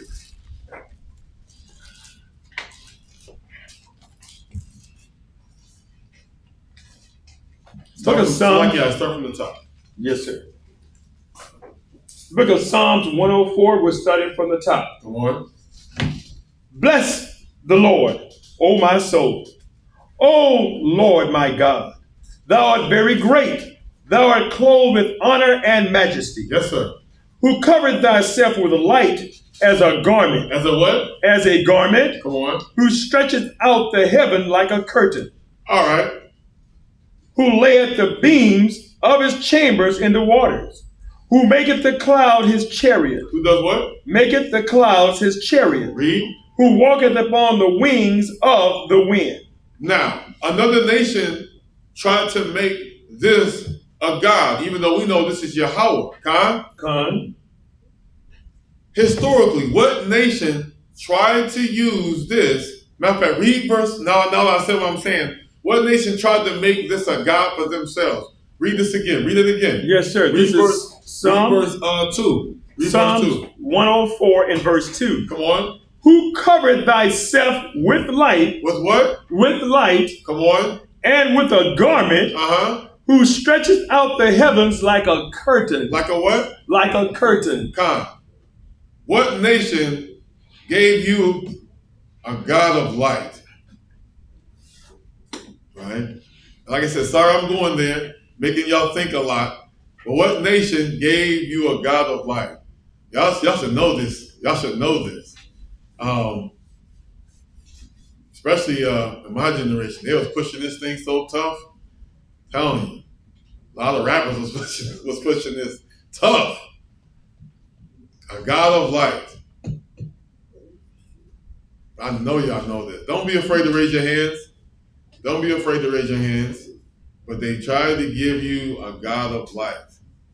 It's like, yeah. Bible can shout. Grace and peace, Brother Hoshu. Grace and peace, Kevin. Would it be America? No. No, sir. No, sir. I'll tell you this. even America and other countries outside of America worships this God. America is selling you. America gave you an image, and America ain't even following that image. I'll tell you that straight up. America gave you an image, and they ain't even following that image. The image that they follow behind closed doors is what they tried to make this image right here in Psalms 4. We know what Psalms 104 is. We know it, and it's true. But I'm asking a question. What God did they try to give you? What God did they try to give you? Y'all can say, he's coming to something. It's coming to something. It can only, I mean, historically, it can only be one. Historically. Huh? Like Zeus or like the other nations pushing Zeus? Now, this is before that. Okay. Remember, I say,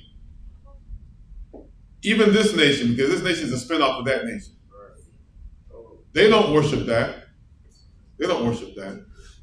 It was for confusion. But they worship another God.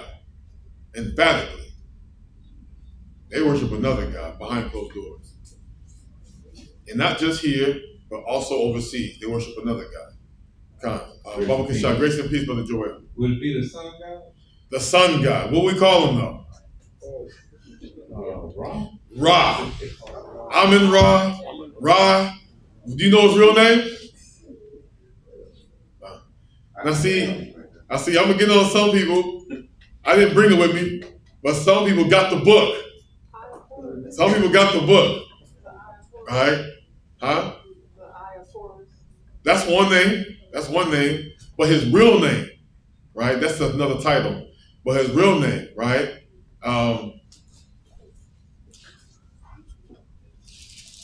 Go to Brother Yatham. It happened like that all the time. Grace and peace. It falls under Tammuz. Tammuz. All of them represent the sun god. They all represent the Tammuz. Or Tammuz. Represent the sun god. But there was one man who believed it. I think it was Amenhotep. Right. But again, that's good. What Brother Yatham got is good. That is good because there's a book. There's a book out there. I'm not going to say the title because some of y'all have it. Y'all have the book of the whole breakdown of how, when you read things now, our people, not knowing who they are, will read this and they run. They run to what was given to them in error. Because they came up in my generation heavy. Everybody had the ankh on their neck. In my generation, everybody had the ankh on their neck. Everybody had this, the black, the white, the green, and the ankh on their chest, their head, the rings, the toe rings. They was rocking that because they wanted to find common ground. They wanted to find identity. So they took it whole line and sinker. Even when they read the scriptures, see, that's the Anunnaki and the Amun Ra right there. They came with that. They even used Genesis 6 on the same accord as the giants of being some type of Egyptian god. They came with that type of message because of trying to find a familiar place in a spiritual realm. God? That's what they came with. That's why when you do read about the book that you guys acquired, you'll read about why we were on that type of time, right? Read Psalms 104 again. Yes, sir. Psalm 104, starting at verse 1. Come on. Blessed be the Lord, O my soul. O Lord, my God.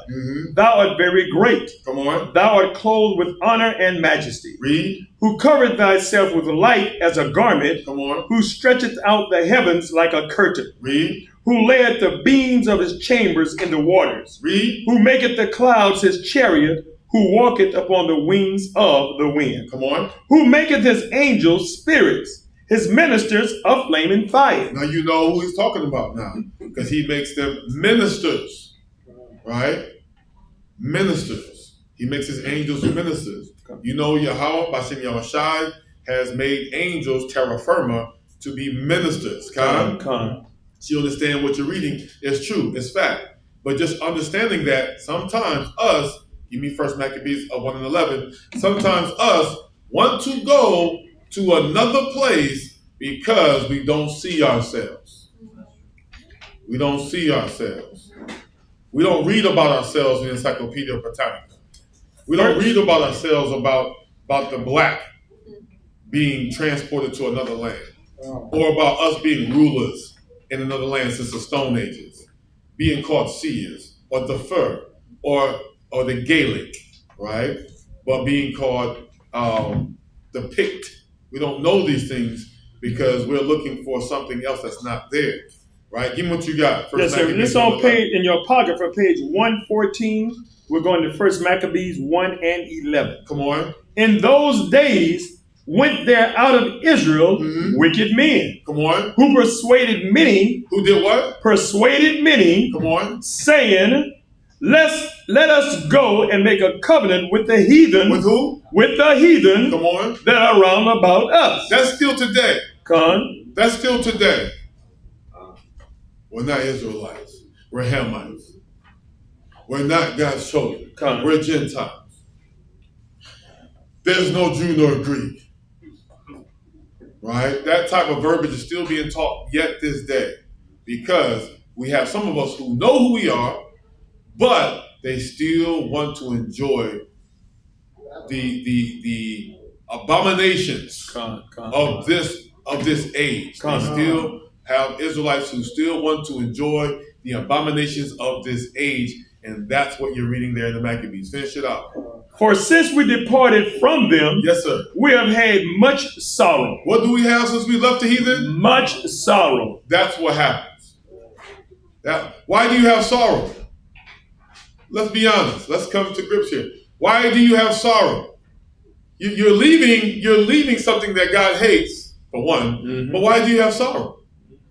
We have had much sorrow since we left the heathen. Yeah.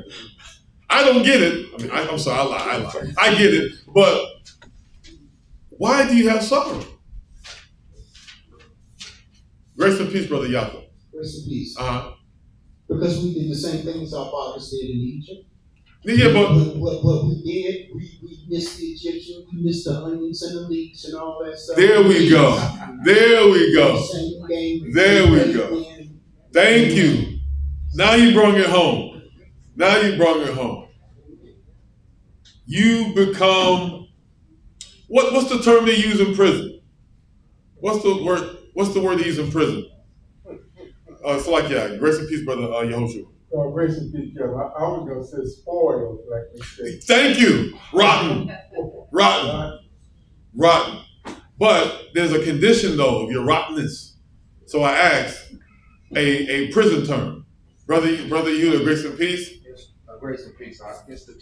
Institutionalized. Institutionalized.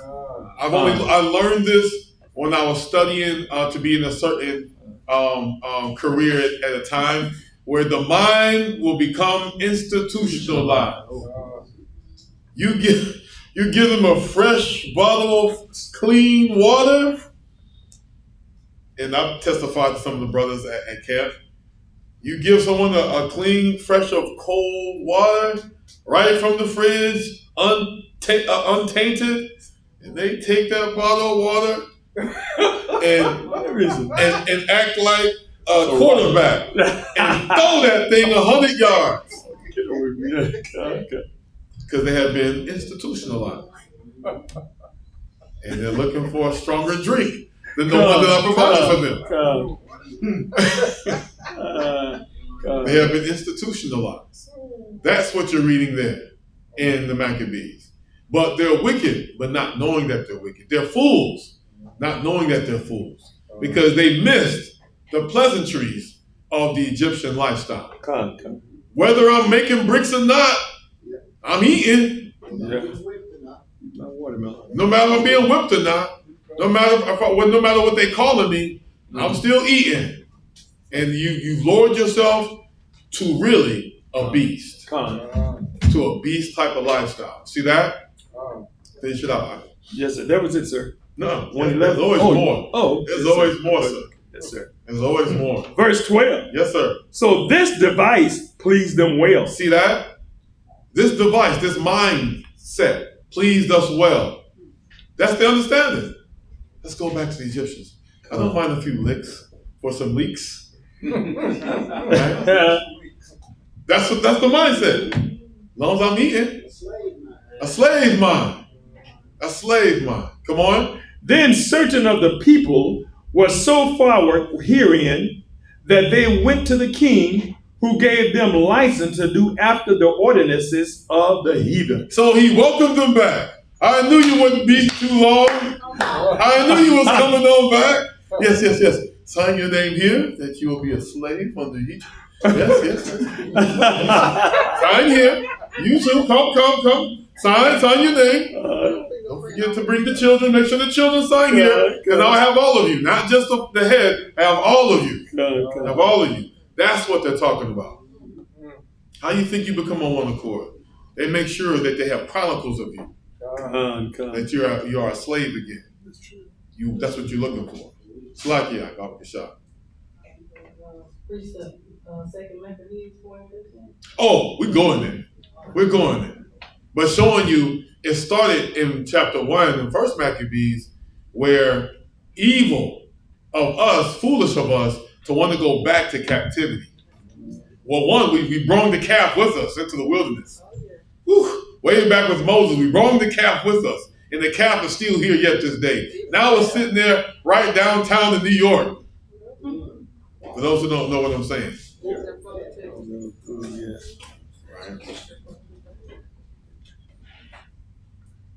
Kind of grace and peace, brother Yakazel. Oh, grace and peace. I was gonna say this part of as well as the Most High. Part of the Most High's presence too to put this strong illusion on our people. That is true. But it's only because we resisted him first.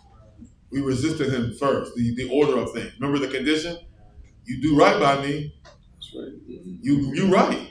You do wrong by me. Right? Yes. And we are yet this day in that condition.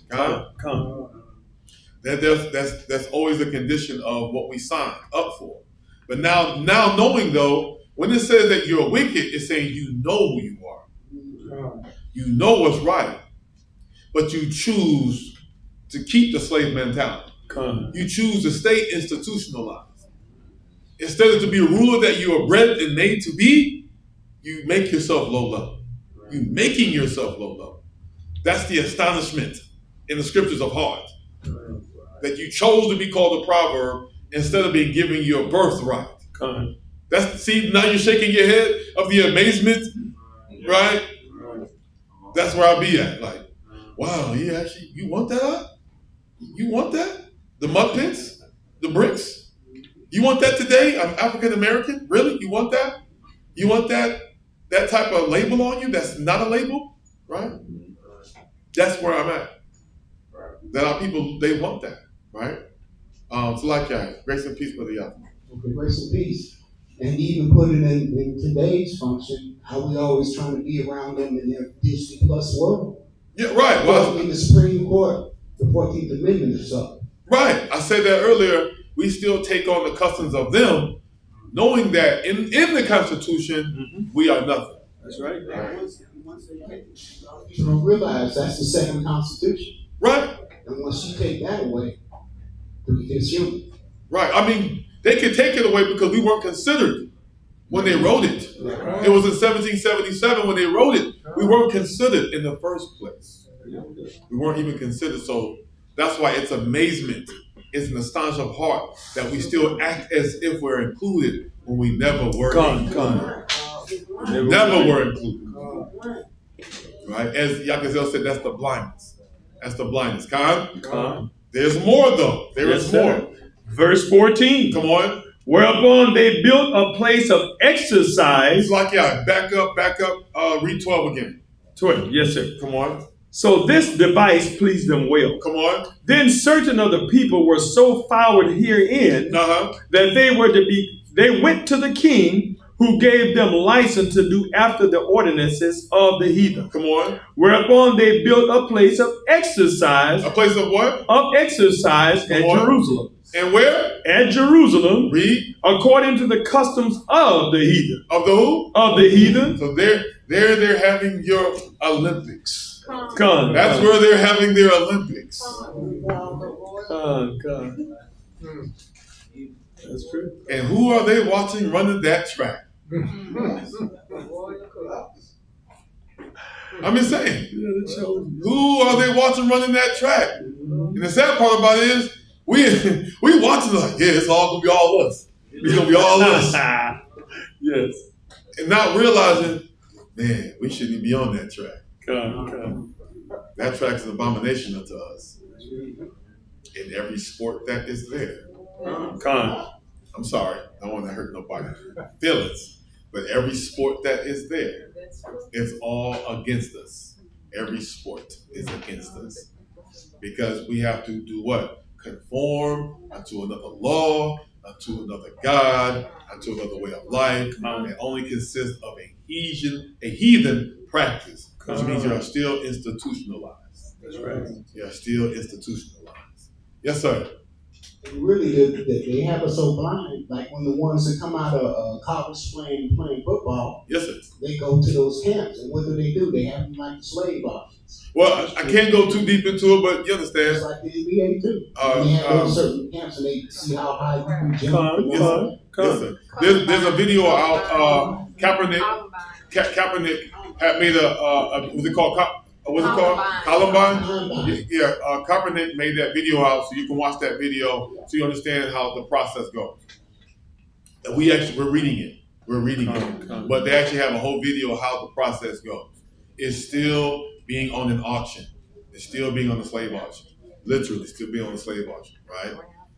Continue reading about yourself. Yes, sir. Verse 15. Come on. And made themselves uncircumcised. Did what? Made themselves uncircumcised. Come on. And forsook the holy covenant. And did what?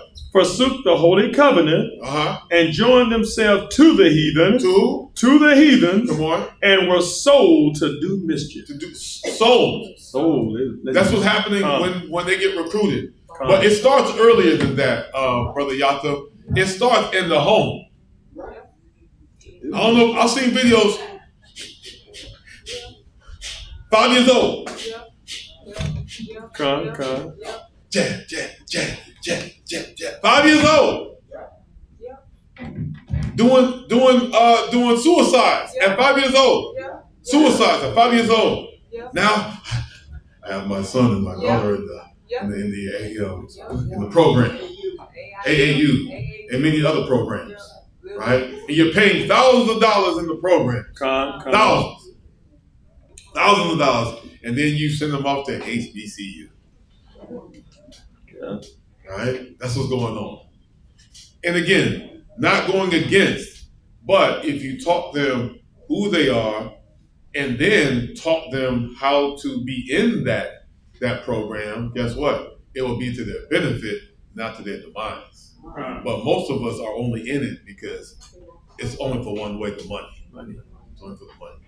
And when that contract is brought before them, trust me, you ain't gonna get the money. You may be given the check, but that contract is going right back to who gave it to you. With stipulations. It's set up that way. Right? Can't help you people. It's set up that way. All right. Let's drop all that history. Let's get into some spiritual scriptures. Yes, sir. I don't want to deprive you from the scriptures, right? Give the book of Isaiah, the 44th chapter. Yes, sir. I don't want you guys falling asleep, and I want to deprive you from the scriptures. Let's get some spiritual meat up in here. The book of Isaiah, the 44th chapter. Isaiah 44th chapter. I am there, sir. Come on. Give me the 24th verse. 24th? Yes, sir. Isaiah 44 and verse 24. Come. When you're there, let me know.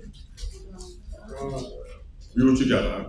Thus saith the Lord. Come on. Thy Redeemer. Thy what? Redeemer. Read. And he that formed thee from the womb. From when? From the womb. Come on. I am the Lord that maketh all things. Read. That stretcheth forth the heavens alone. So now you understand in Psalms, it's not no Amun-Ra. It's not Tammuz. It is your Redeemer. He has created all things. Read. That spreadeth abroad the earth by myself. Read. That frustrated the tokens of the liars. Of the who? Of the liars. Read. And maketh diviners mad. What did he do? Maketh diviners mad. Come on. That turneth wise men backward. What do they do? Turneth wise men backward. Right. The wise men, the seers, they know how all creation goes, but now the diviners give you the Big Bang Theory. That's what they gave you, the Big Bang Theory. And we drunk that cup. Come. Just two big rocks, man. That's how life started, man. Come on, man. That's how it started. Read. And maketh their knowledge foolish. And made what? Their knowledge foolish. Right, but us now come in and we start to explain what's really going on about science, which just means knowledge. and we start to explain how the earth moves because according to Yahweh and his commandments, they try to do what? You guys don't know anything. Mm-hmm. You guys don't know what you know. We know. Yeah, but what you know is backwards. Everything you know is backwards. Matter of fact, everything you ever told me was a theory. It was never fact. If you actually been keeping up with the history, everything that they told you, the definition was a probability. It was never absolute. There was always a measure of could be, would be, and should be going on. It was never, this is what it is. Con. And now you know why, because you were taught backwards. Even the way you write is backwards. Just showing you. They taught you a backwards way of living. Con. It's funny because they come out the backwoods. But let me stop doing it. Read verse 26. Verse 26. Come on. That confirmeth the word of his servant, and performeth the counsel of his messengers. Read. That saith to Jerusalem. Who did he say it to? Jerusalem. Come on. Thou shalt be inhabited, and to the cities of Judah, ye shall be built. Come on. And I will raise up the decayed places thereof. This is our gospel. This is our gospel. What we have something to look forward to. So don't be worried about what they are trying to give you, which is backwards. But remember who you are. Remember the law, statutes, and commandments. Remember Yahweh, Mahashem, Masik, Yahweh Shai. Remember the order. Read. Verse 27. Yes, sir. That said to the deep, be dry, and I will dry up thy rivers. Read. That saith of Cyrus, he is my shepherd. He is what? My shepherd. Read. And shall perform all my pleasure. Come on. Even saying to Jerusalem, thou shalt be built, and to be the temple, and to the temple thy foundation shall be laid. Why is he saying Cyrus? He shall perform all that pleasure. It's not even deep. It's not even deep. But I have to ask so we all are on one accord. Brother Yatham, grace and peace. Grace and peace. He foreknew Cyrus. He knew Cyrus would be the one that built the temple when later on with Nehemiah. But the basis of it all is anyone that Yahweh has something to do with, they do in his will. Anyone. Anyone, literally anyone who does the will of the Father is because the Father is using them. He's using it for his good. Right? I'm sure it's one of the others. Yeah.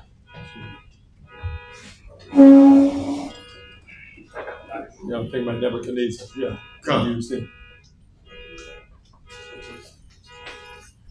Some of y'all hit y'all fobs. Is that what they call them, the key fobs. Right? Give me the book of Isaiah, the 45th chapter, verse 12. Yes.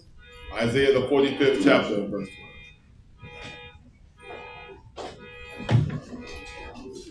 Yes, sir. We're there, sir. We're to the north side. Yeah, give me 1 second. Yes. All praise on the go to the one side. Isaiah 45 and verse 12 out the shop. Look at Isaiah 45, verse 12. Come on. I have made the earth and created man upon it. Read. Even my hands have stretched out the heavens, and all their hosts have I commanded. Read. I have raised him up in righteousness, and I will direct all his ways. He shall build my city, and he shall let go my captives. Come on. Not for price nor reward. Not for what? Price or reward, Read. said the Lord of hosts. Read. Thus said the Lord, the labor of Egypt and merchandise of Ethiopia and of the Sabaeans, men of stature, shall come over unto thee. Read. And they shall be thine. They shall be what? Be thine. Come on. They shall come after thee. In chains they will come over, and they shall fall down unto thee. Read. They shall make supplications unto thee, saying, surely God is in thee, and there is none else. There is no God. There is what? No God. 15. Verily thou art a God that hideth thyself.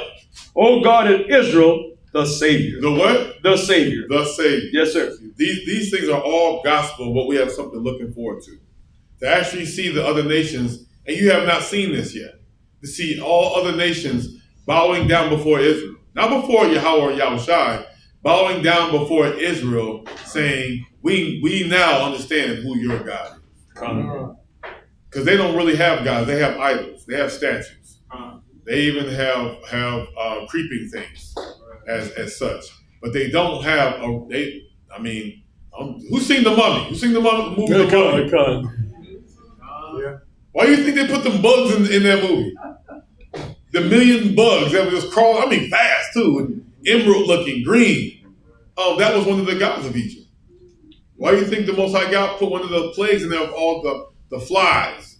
Right? That's one of their gods. Even yet this day, certain nations who are melanated of not us, but our Shemites, have 1 million gods in their lands. They literally have 1 million gods on their lands. So no matter what block or what corner you are in their land, you can stop and worship a god before you go home. You can stop and worship a god.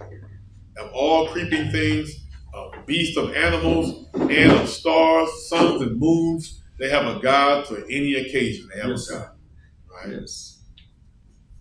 Yes, sir. Grace and peace. You see the mockery when the brother that Arab brother had all them necklaces, all them pendants, all religions. Yeah, all them pendants on his neck. All languages. Letting you know what he believes in. Matter of fact, they had it in Mummy too. Remember, he was like, he was speaking every language of the idol that he would put on his necklace, and he finally hit the right one. the Egyptian god. He goes, and then what did he say? What did he say in the movie? Do you remember what he said? What the Mummy said? I remember. He said, "You speak the slave tongue." Oh yeah, right. That's true. Wow. That's true. He said, "You speak the slave tongue." They put it right there in your face, letting you know that he wasn't Egyptian, obviously, but he spoke the slave tongue, the tongue that the Egyptian mummy or the Egyptian god Amun-Ra knew of. So you know who was in the land building the pyramids. They put it right there in your face because he said it. You speak the slave tongue. He goes, you will be useful for me. Yes. You see that? They know who you are. They put it right in your face. And it's funny, I remembered that he said you speak the slave tongue. Because he pulled all the shrines on his necklaces off, and the one that didn't get him killed was the slave tongue. Was the slave tongue. That's true. Meaning Hebrew Israelite. Right? In Egypt, right? We stopped at verse 15. Verse 15? Yes, sir. All right, drop that. Now, let's recap. Going back to Genesis chapter 1 and 14 so you understand. Which I know you understand. Those who have been here with Vanguards of Israel, New Millennium City Church, under Bishop Tobias and tutelage, I know you understand clearly. Going back to Genesis 1 and 14. Read it, sir. Yes, sir. Yes, sir. This is Genesis 1 and 14. Come on. And Yahweh said, let there be lights in the firmament. Let there be lights in the firmament of the heaven to divide the day from the night. Come on. And let them be for signs. Be for what? Be for signs. Come on. And for seasons. Read. And for days. Right. And years. And what? And years. We should know these things because we once knew this, how everything operated, predicated off of our months. Every year, predicated off of our months. For instance, I'll make a good example. A barley month. What month is that? See, how fast we forget. Our barley month. What's the name of our month, of our barley month? Brother Yalton, grace and peace. Grace and peace. Tikarim, the first fruits. First fruits. In the calendar that I have, they call it Abib. You're not wrong, but they call it month of Abib. Even in Leviticus and Exodus, they call it the month of Abib. The first month, your barley harvest. Right? What's our wheat harvest? What month is that called? What month is that called? See that? That's why we're supposed to remember the things that we used to remember of how things operated on our months. That was Nisan. They call it Nisan or Nisan. Right? Throughout your months, remember your harvest, your years, your times. So you understand how we operate. Now, what do you see? You see the other nations doing what? Cultivating, gathering, harvesting, predicated off the knowledge that you once knew. even though not to plant the corn in the same place all the time. Why is that? Because the corn drinks so much nutrients out the land, right? If you plant it there a second time, it's like eating stale water. It won't be sweet. It'll be stale water if you plant it the second time in the same place. So if you watch them, they move it. They stagger their harvest because it always has to be fertile wherever they lay the corn seed. See that? But they learned that from us. They learned that from the kingdom.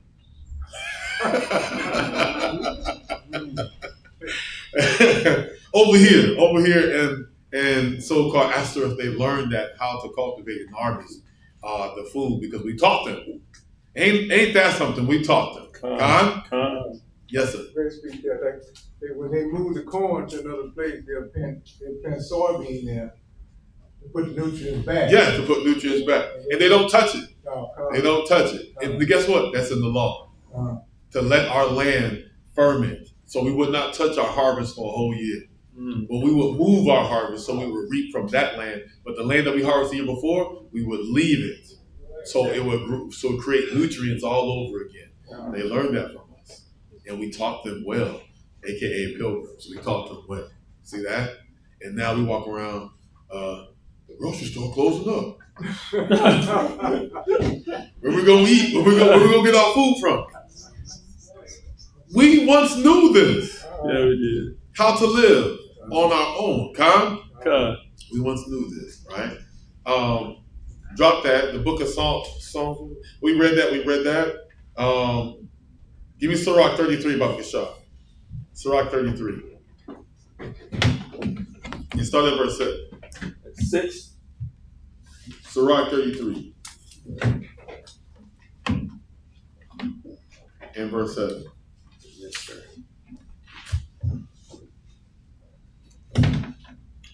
This is on page 90 in the Apocrypha. Come on. It's Sirach 33. We're starting at verse 7. It reads, yes, sir. Why does one day excel another, when as all the light of every day in the year is of the sun? Is of the what? The sun. Right, but he asks, why does one day excel another? Come on. By the knowledge of the Lord, they were distinguished. They were what? Distinguished. Come on. And he altered seasons and feasts. Come on. Some of them has he made high days. What did he do? Some of he made high days. Come on. And hallowed them. And some of them has he made ordinary days. Come. See that? Our Sabbath. Or our high holy day. Come. And some days are just ordinary days. That's right. Ordinary days. This is plain, like I said, this is plain for us. Yes. But if you try to talk this into another person from another doctrine, they will say, every day is the Sabbath. I've been told this, so I know what I'm saying. Yes. Every day is holy, brother. I'm like, God didn't say that. God did not say every day was holy. I mean, you got to walk holy. Trust. I get that. But he has literally said, some days we just chilling out. We're not committing sin. We ain't looking for trouble, but we're just chilling out, going on our daily work. But some days he has done what? He has hallowed it, which means that we have to have a holy convocation. We have to spend time and meet one another and greet one another and be a family like we're supposed to be. This is all gospel because this is all kingdom talk. This is all gospel. This is what we're supposed to be doing naturally. Come on. Naturally. Right? All right, drop that out. Yes, Salakia, where did you end at? Yes, sir. I end at 7. Sirach 33 and 7. No, you didn't end there. Oh, hold on, one moment, please. One moment. At 9. Read verse 10. Verse 10. Come on. And all men are from the ground. And Adam was created of earth. Read. And much knowledge the Lord has divided them and made their ways diverse. What did he do? Made their ways diverse. Come on. Some of them has he blessed and exalted, and some of them has he sanctified and set near himself. And did what? But set near himself. Come on. But some of them has he cursed and brought low and turned out of their places. Just so you know that part. Just so you know that part. Some of us are blessed. Some of us are sanctified, though. And some of us are cursed. There's no changing their situation, their judgment. This has started since Genesis, if you don't know. This has started since Genesis. So when people say something changed or Jesus changed or God changed, they have not changed. You just have not read enough to know what's going on, right? Give me the book of Revelation chapter 1 and verse 16. Revelation chapter 1 and verse 16. Yes, sir. We may have to move a little swifter in the latter minutes here. Yes, sir. Revelations 1 and 16. Revelations 1 and 16. Come on. It reads, and he had in his right hand 7 stars.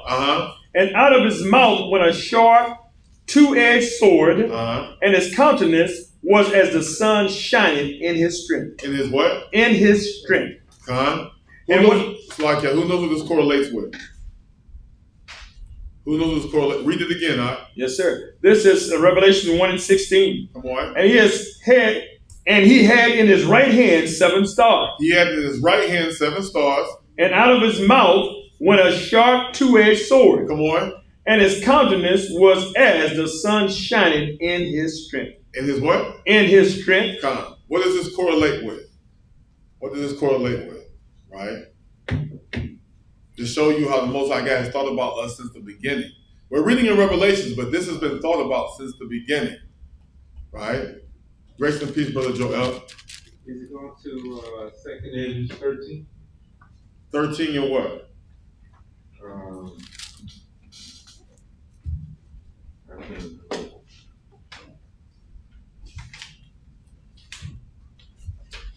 So Yahweh is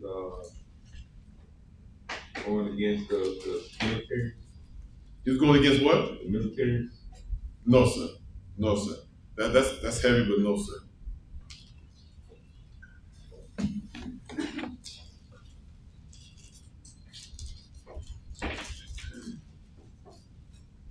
And again, you once knew this. I know you once knew this. Right?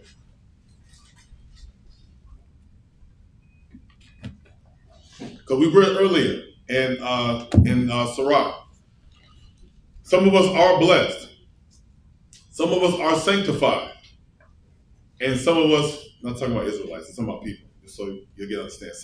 Some people are cursed. And when I mean cursed, there's no changing their outcome. Some of us are blessed, talking about the nations just on earth.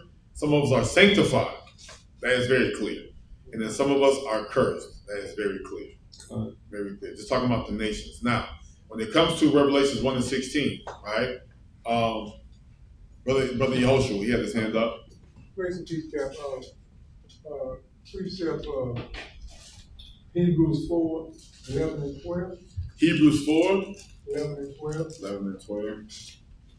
Hebrews 4, 11 and 12. Hebrews 4, verse 11 and 12.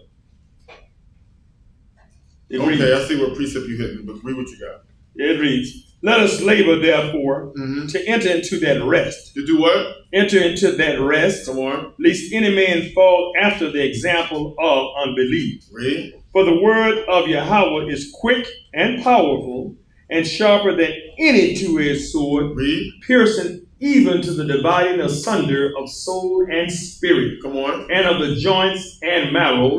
And is a discerner of the thoughts. What is discerner of? Discerner of thoughts and intents of the heart. In other words, judgment. He is discerner of judgment of your mind. Talking about Yahweh Shai.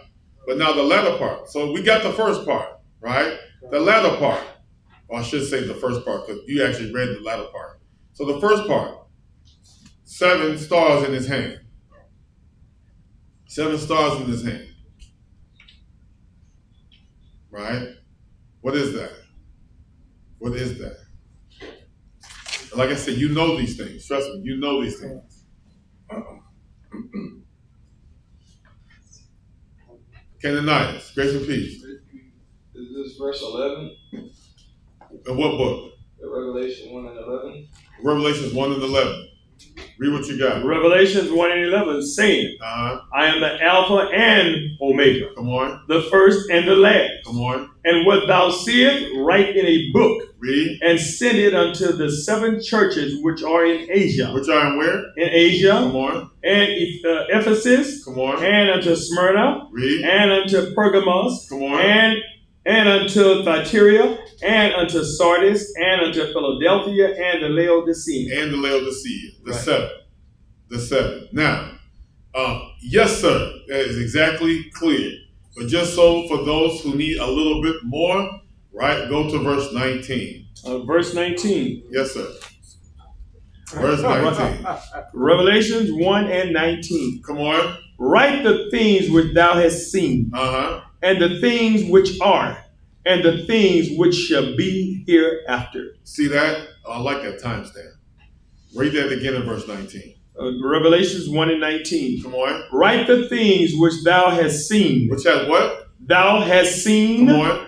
And the things which are. Which the things that are. Come on. And the things which shall be hereafter. You see that? We're supposed to remember the days of old, the things present, and have the understanding of things to come. We know all this. We read that in the encyclopedia. We know all these things. Because some of us are sanctified. God? We never forsook. We never forgot. We kept the charge of the Most High. In Yahushua, which is our faith. God? Read. Verse 20. The mystery of the 7 stars. The what? The mystery of the 7 stars. Come on. Which thou sawest in my right hand. In my what hand? In my right hand. Yahushua is saying this. Come on. And the 7 golden candlesticks. The 7 stars are the angels of the 7 churches. They are what? They are the angels of the 7 churches. Like I said earlier when we read in Psalms, the angels that are ministers are those of the leadership who are in Hamashiach Yahushua over the 7 churches. Read. And the 7 candlesticks which thou sawest are the 7 churches. Are the what? 7 churches. Are the 7 churches. You see that? That's what's going on even from Genesis when we read about the gospel. All this is prophetic, talking about us. All this, all that has been read upon and shown to us is us coming into fruition, into our rulership. And that's why I say it's really heavy, predicated to what I heard Sister Dolores go into about the timestamp. About, is this when it comes in? Is that when it comes in? Everything has been repeated in 7 dispensations over and over again because of regeneration, that we come into our foreknowledge. Everything that has been told is because there's nothing else to talk about. There really is nothing else to talk about but to act upon it now. That's the part that kind of hurts us, is the doing part. That's the part where people start to, like we read in First Maccabees, they start to fight. They start to backslide. They start to argue or debate. They start to strive for other things because the doing part. To die, to go back into the epistles of Paul, to die and to be a new creature requires work. That part. Most of us are having a hard time doing that part because of one thing, and I'll pause on that one thing. Grace and peace. Question. Is the mystery of the 7 stars as well as Zechariah 4 and 2? 4 and 2? Yeah. Zechariah 4 and 2? Let's get it. Zechariah 4 and 2.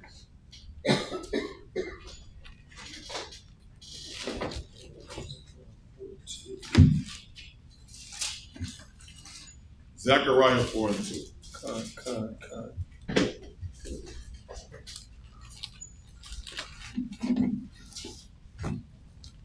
Zechariah chapter 4 verse 2.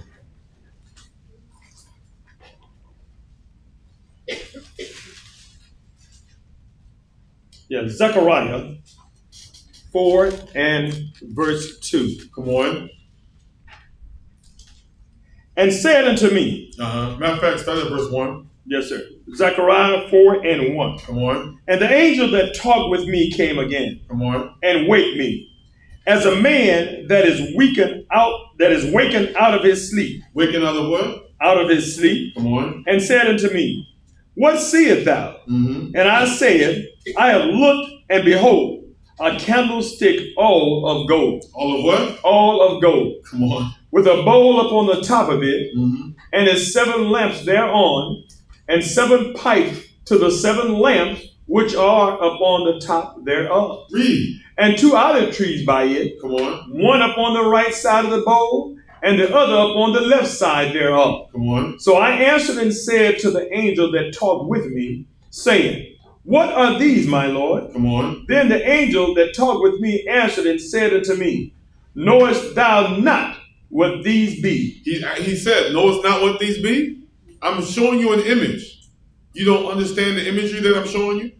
Of the 2 olive trees, the bowl in the middle, showing you the candlesticks. Read. The candlestick of gold. Read. And I said, No, my Lord.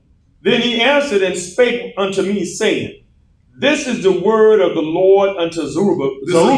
This is the word of the Lord unto Zerubbabel, Read. saying, Not by might, nor by power, but by my spirit, said the Lord of hosts. Come on. Who art thou, O great mountain? Yes, sir. Before Zerubbabel, thou shalt become a plain, and he shall bring forth the headstone thereof with shouting, crying, Grace, grace unto it. Read. Moreover, the word of the Lord came unto me, saying, The hands of Zerubbabel have laid the foundation of this house. His hands shall also finish it. And thou shalt know that the Lord of hosts has sent me unto you. See that? So, going back to a parable, Brother Yakazel, what parable refers to this? And the parable I'm talking about, you can find in the gospel, right? A parable you can find in the gospel that refers unto this.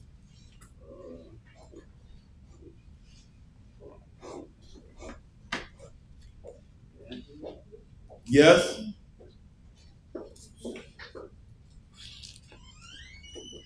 Just to paraphrase. What is it talking about? The parable talking about? Just to paraphrase. The what? No, sir. This is predicated on what you pulled in Zechariah 4, because the question was, does this correlate with the 7 candlesticks, right, or the 7 churches, right, with the 7 stars, right? Right. So when we read this in Zechariah chapter 4, verse 1 on down to verse 7, it literally showed you an imagery, right, of the golden candlestick, huh?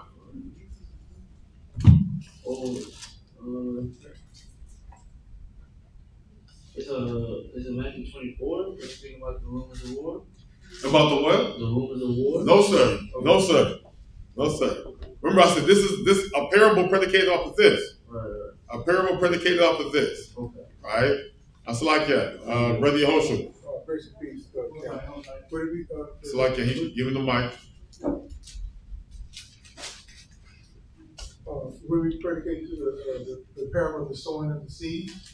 No, sir. No, sir. Not the sowing of the seeds. Predicated off what he said earlier about the candlesticks, about the 2 olive trees, about the bowl, right? It's a similitude. It's similar to. Right? It's like that. Brother Yatham. I'm giving everybody a shot. Brother Yatham. Grace and peace. Isn't that in the Revelations 11? Now being power unto my 2 witnesses. Well, that's the These are the 2 olive trees. No, that's the 2 olive trees. That's the 2 olive trees. Right? Huh? 2 olive trees and 2 candlesticks standing before God there. That part is of the 2 olive trees. That part, but the focus that he brought out was Zechariah 4, right? Zechariah 4, 1 and 2, right? Of the 7 lamps thereon, and the 7 pipes to the 7 lamps which are upon the top thereof. Mm-hmm. Let me cut to the chase. Give me the book of Matthew 25th chapter. Yes, sir. I'm there, sir.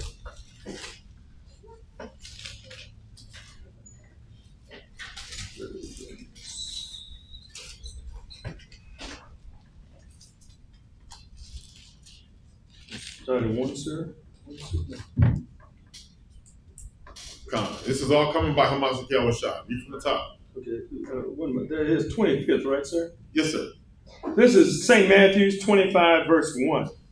Then shall the kingdom of heaven be likened unto 10 virgins. Come on. Which took their lamps and went forth to meet the bridegroom. Come on. And 5 of them were wise, and 5 were foolish. Come on. They that were foolish took their lamps and took no oil with them. Come on. But the wise took oil in their vessels with their lamps. While the bridegroom tarried, they all slumbered and slept. They did what? All slumbered and slept. Come on. And at midnight there was a cry made, Behold, the bridegroom cometh. Go ye out to meet him. Read. Then all those virgins arose and trimmed their lamps. Read. And the foolish said unto the wise, Give us of your oil, for our lamps are gone out. Come on. But the wise answered, saying, Not so, lest there be not enough for us and you. But go ye rather to them that sell and buy for yourselves. Stop right there. It's talking, when you read about the 2 olive trees, these are your 2 olive trees.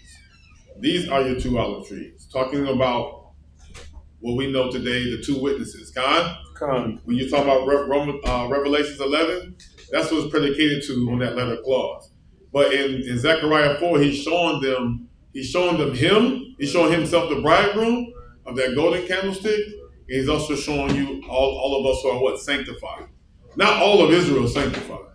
That also goes in colliding with Matthew 25. Now all of us are sanctified, but those who want to do what? Buy from ourselves. We wanted to buy for ourselves. In other words, give me some of what you got. And we said, no, we can't. We can't do that. We all know that we have Israelites who know who they are, but they don't follow. They don't follow. This is predicated on the 2 witnesses when it comes to Israelites. But let's go to Revelations 11. Make sure we all on one accord. I'm there, sir. Start from the top. Revelations 11 and 1. And there were given me a reed like unto a rod. And the angel stood saying, Rise and measure the temple of Yahweh. Read. And the altar, and them that worship therein. And do what? Them that worship therein. Read. But the court which is without the temple leave out, and measure it not. For it is given unto the Gentiles, and the holy city shall they tread underfoot 42 months. Read. And I will give power unto my 2 witnesses. Unto my what? 2 witnesses. Come on. And they shall prophesy 1,260 days, clothed in sackcloth. Verse 4. Verse 4. These are the 2 olive trees. Read. And the 2 candlesticks standing before Yahweh of the earth. You see that? This talking about Judah and Israel. Those are the 2 candlesticks, or those are the people of northern and southern. That's why some people get confounded when they look at the number of it all. But you have to look at the metaphor or the allegory, the similitude. That's what you have to look at to see the same thing going on in Zechariah, the same thing going in Matthew, the same thing going in Revelation that we read in chapter 1 and in chapter 11 about who it refers to. So I'm saying when it comes about being sanctified. Yes, so you have a question? So when we look at Revelation 1:20, the mystery of the 7 stars, it would be 7, but it'd be like it's just showcasing the completion of it all. Or the leaders is focused upon.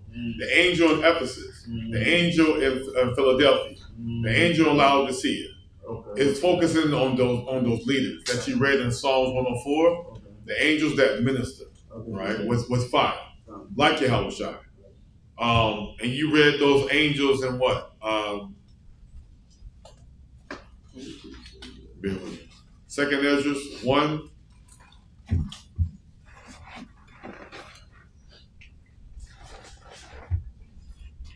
Second Ezra 1 and 38 and 39 and 40.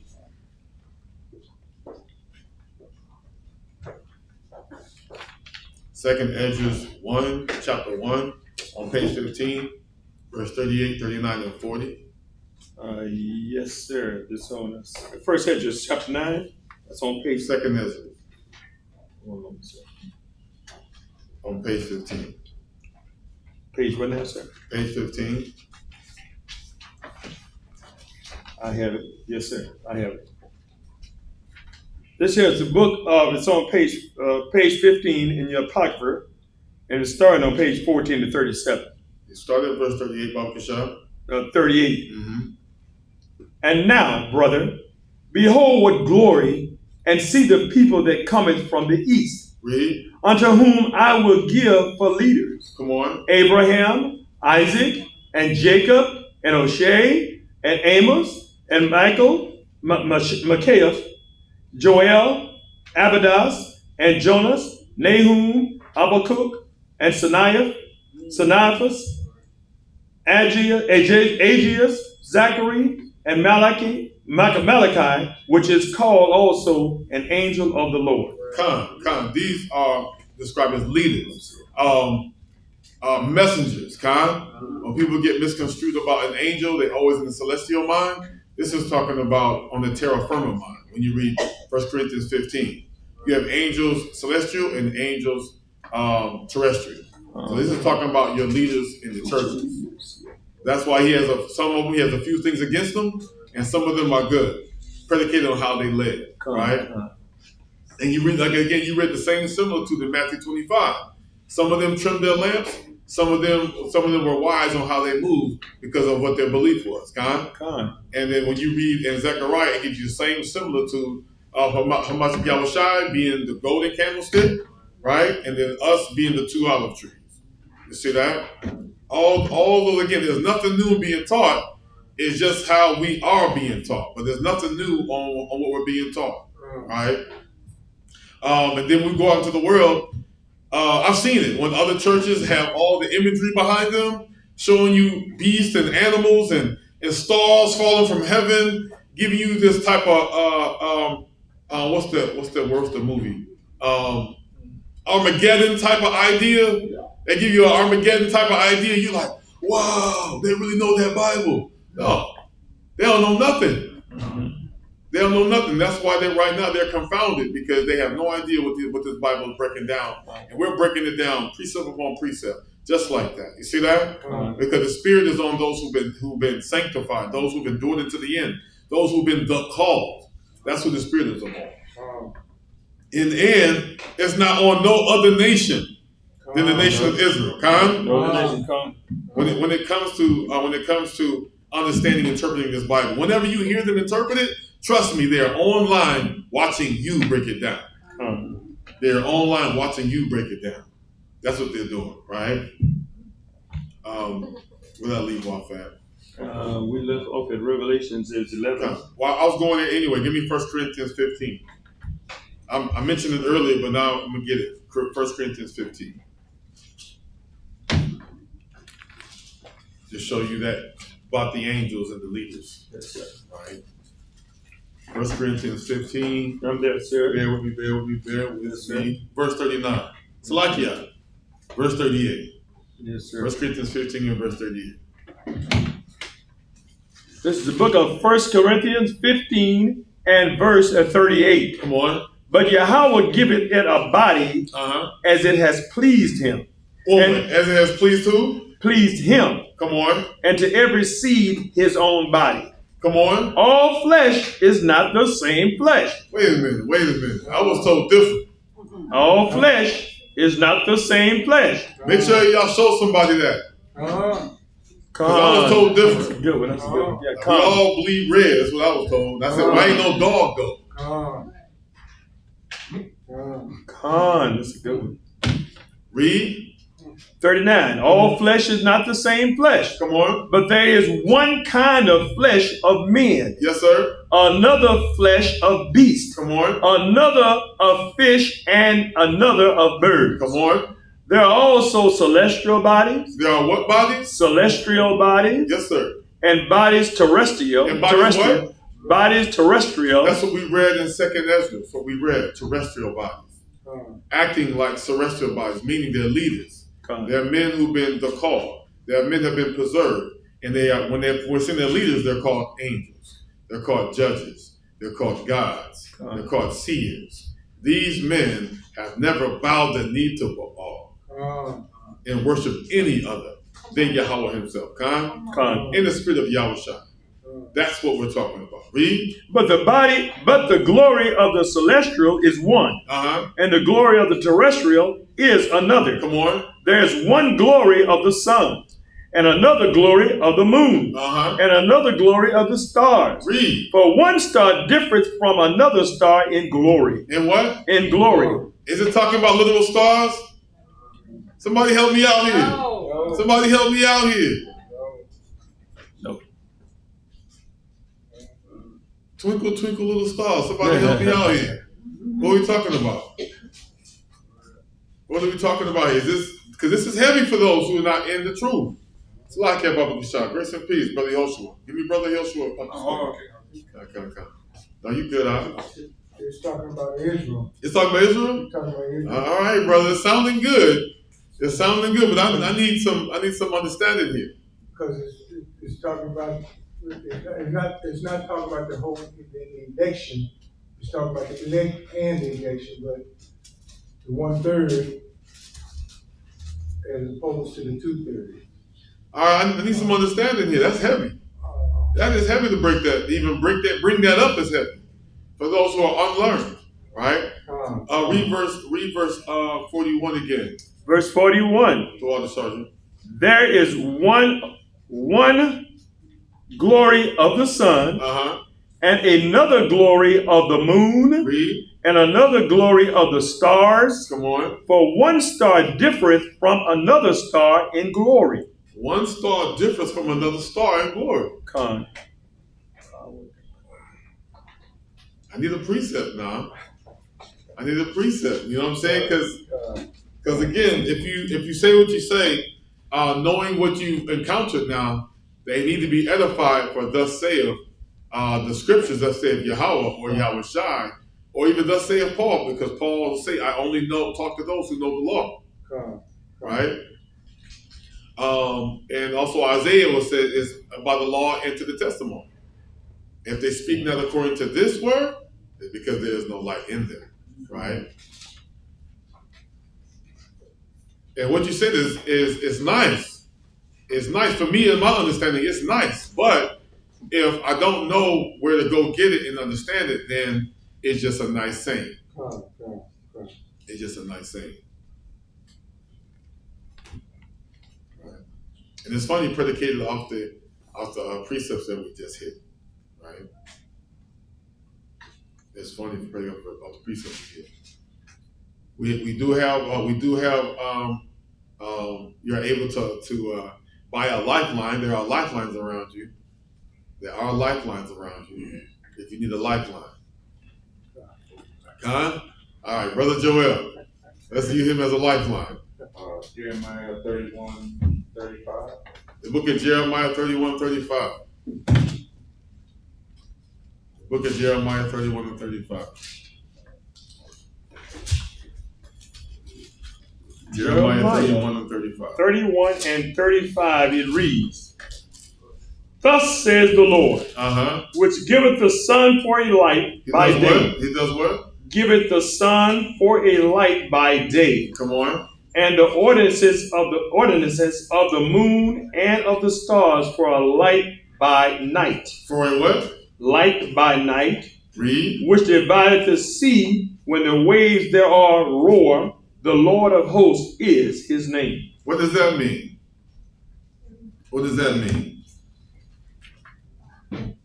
A sun for a light by day, and the ordinances of the moon and of the stars for a light by night, which divided the sea when the waves thereof roar.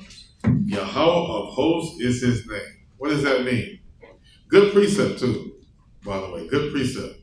Can we read down? Yes, sir. We can read down. Read. Jeremiah 31, and we're now on 36. Come. If those ordinances depart from before me, yes, sir, saith the Lord, come on, then the seed of Israel also shall cease from being a nation before me forever. So basically, he's saying that the stars, the moon, the planets, everything was created for Israel. And if those things cease to exist, Israel won't exist either. Jeremiah definitely is saying that thing. But in verse 35, though, verse 35, it does correlate with 1 Corinthians 15.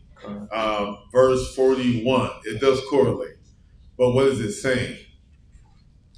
And but 36 does say what you said. It does say what you said, right? That if anything ceased, that means if anything ceases, Israel ceased. When we know nothing's going to cease, so Israel will never cease. We understand that. Verse 35 is saying something similar, though. Something similar. What does the word moon correlate with in the scripture? The word moon, right? The word moon. There's a couple of words, but let's see where we're at. Let's see where we're at. Come on. I got the scripture. No, I don't need the scripture. I just asked, what does the word moon mean? It's like wisdom. Wisdom. The word means wisdom, according to, like in the book of Revelations, when the moon was under her feet, it's talking about wisdom. Talking about wisdom. Just to give you one key word, talking about wisdom, right? Read verse 35 again in Jeremiah. Keep your hands, for those who had your hands up, keep your hands, please. Read verse 35 again. Jeremiah 31 and 35. Come on. Thus said the Lord, which giveth the sun for a light by day, and the ordinances of the moon and of the stars for a light by night. It says, which of the moon and the stars for a light by night. Which does what? Divideth the sea when the waves thereof roar. The Lord of hosts is his name. Come. So, remember in 1 Corinthians, it says one star has one type of glory and another star has another type of glory. And then you precept Jeremiah 31:35. You weren't wrong for precepting it. You weren't wrong. You weren't wrong for precepting it. Because thus saith the Lord, which giveth the sun for a light by day, and the ordinances of the moon. What did I say the moon? What did Hezekiah say the moon was? Wisdom. And what is that? And of the stars for a light by night, which divideth the sea when the waves thereof roar. The Lord of hosts is his name. So now I see some intuitive minds are thinking. Sister Hannah, grace and peace. I see y'all, brothers. Keep your hands up, please. So I was gonna coincide with my Lord and take you to Wisdom of Solomon 2:23. Okay. As well as 1 Thessalonians 4:17 for what he said. 2 and 23. For 1/3 and 2/3. What he was saying. Kind what he was saying. Kind. What is it again? Wisdom of Solomon 2 and 23. And then 1 Thessalonians 4:17. Okay. 1 Thess 4:17. Read what you got. I got Wisdom of Solomon, which is on page 59 in the Apocrypha. Come on. And this is chapter 2 and verse 23. Come on. For Yahweh created man to be immortal, and made him to be an image of his own eternity. Come on. Nevertheless, through envy of the devil came death into the world, and they that do hold of his side do find it. Do what? Do find it. Okay. And then 1 Thess 4:17. Okay.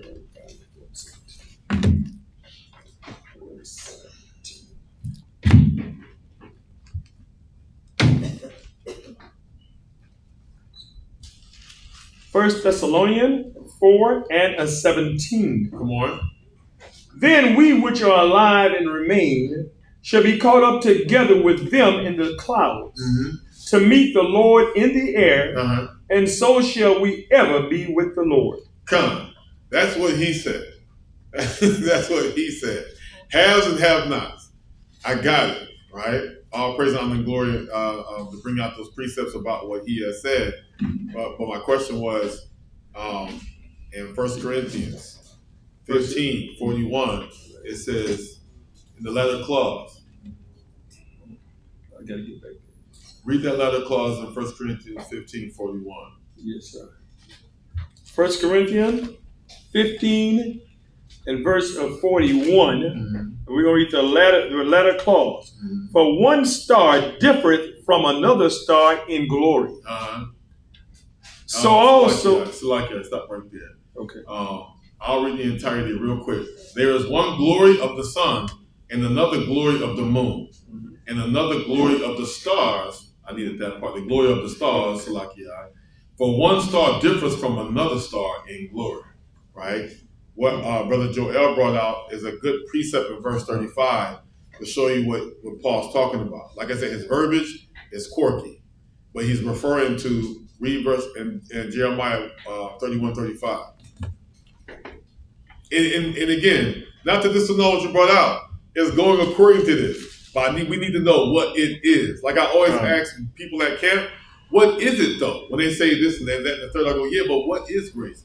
What is love? What is that and the third? When I know what it is, then I'll know 110% what the scriptures are saying. Like we know that the moon is wisdom. The moon is wisdom. See that? Now we have a little bit of window where we're going to, because we know that the moon is wisdom, right? Read verse 35. Yes, here's Jeremiah 31 and 35. Come on. Thus saith the Lord, which giveth the sun for a light by day. Come on. And the ordinances of the moon and of the stars for a light by night. Come on. Which divideth the sea when the waves thereof roar. The Lord of hosts is his name. Come. What is that saying? What is that saying? I know I saw many other hands, but now I see, I still think, give me Hezekiah again. Give me Hezekiah again. Revelation 12 verse 1. 12 and 1? Let's get it. Yes, sir. Revelations 12 and 1. Come on. And there appeared a great wonder in heaven. A woman clothed with the sun and the moon under her feet. You just taking, never mind. Let me. But good call though. Good call. Read. And upon her head a crown of 12 stars. What stars? 12 stars. It's a good precept. Read. Verse 2. And she being with child cried, travailing in birth, and pain to be delivered. Come on. And there appeared another wonder in heaven. Read. And behold, a great red dragon, having 7 heads and 10 horns, and 7 crowns upon his head. Stop right there. Break that down for me. Predicated off of Jeremiah 31:35. Brother Hezekiah. One by one. Huh? No, paraphrase it so they understand. So basically, the woman is Israel, right?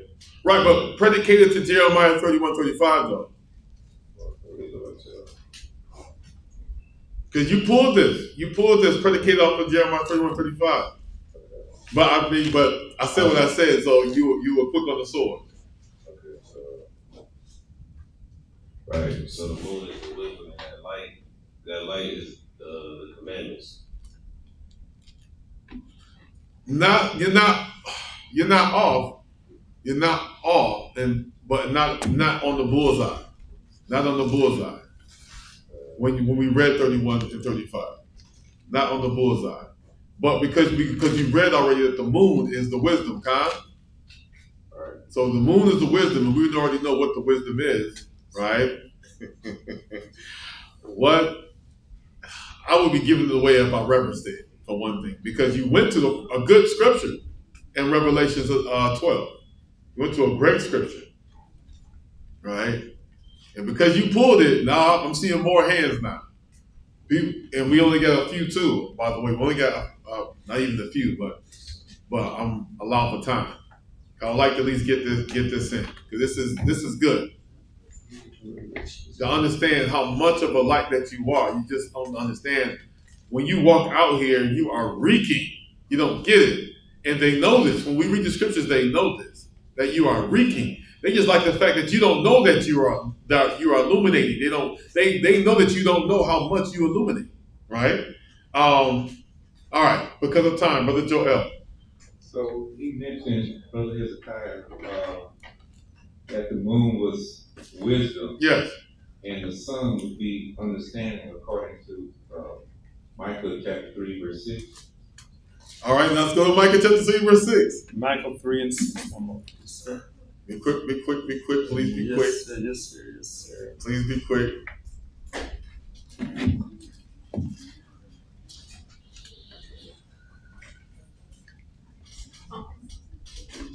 All right, I'm in Micah. Where's it? Say again, Brother Joel. Micah 3, verse 6 and 7. Yes, sir. This is Micah 3, verse 6 and 7. Verse 6 reads, "Therefore night shall be unto you, that ye shall not have..." Nineveh. Oh, I'm sorry, I'm in the wrong book, brother. Yeah, Micah. My eyes is failing. Micah 3 and verse 6. You good. Go on.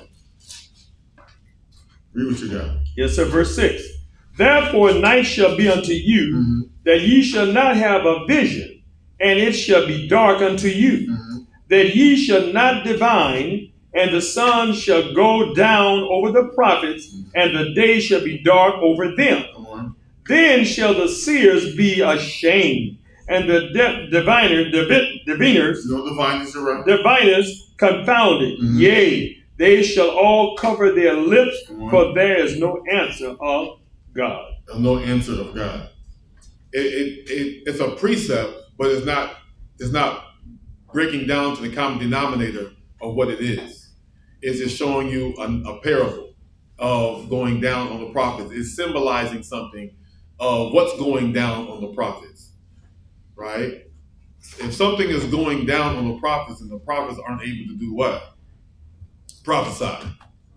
That's what it's symbolizing. So now that you read in Jeremiah 31:35, right? Something is coming upon to give something. So when there is night, right? There is night. And I'm telling you, when you guys see this, you're gonna know, you already know this already. When you guys see this, you'll be like, man, we know this. I mean, let me stop. Who else had a precept? Yakazel. So my understanding is the sun is wisdom and the moon is understanding. And I got a point I drew in Matthew 24 and 29. No, not to disagree with you. Right. Not to agree with you, but there's something we're going to. Right. We're going to expound on that verse 35.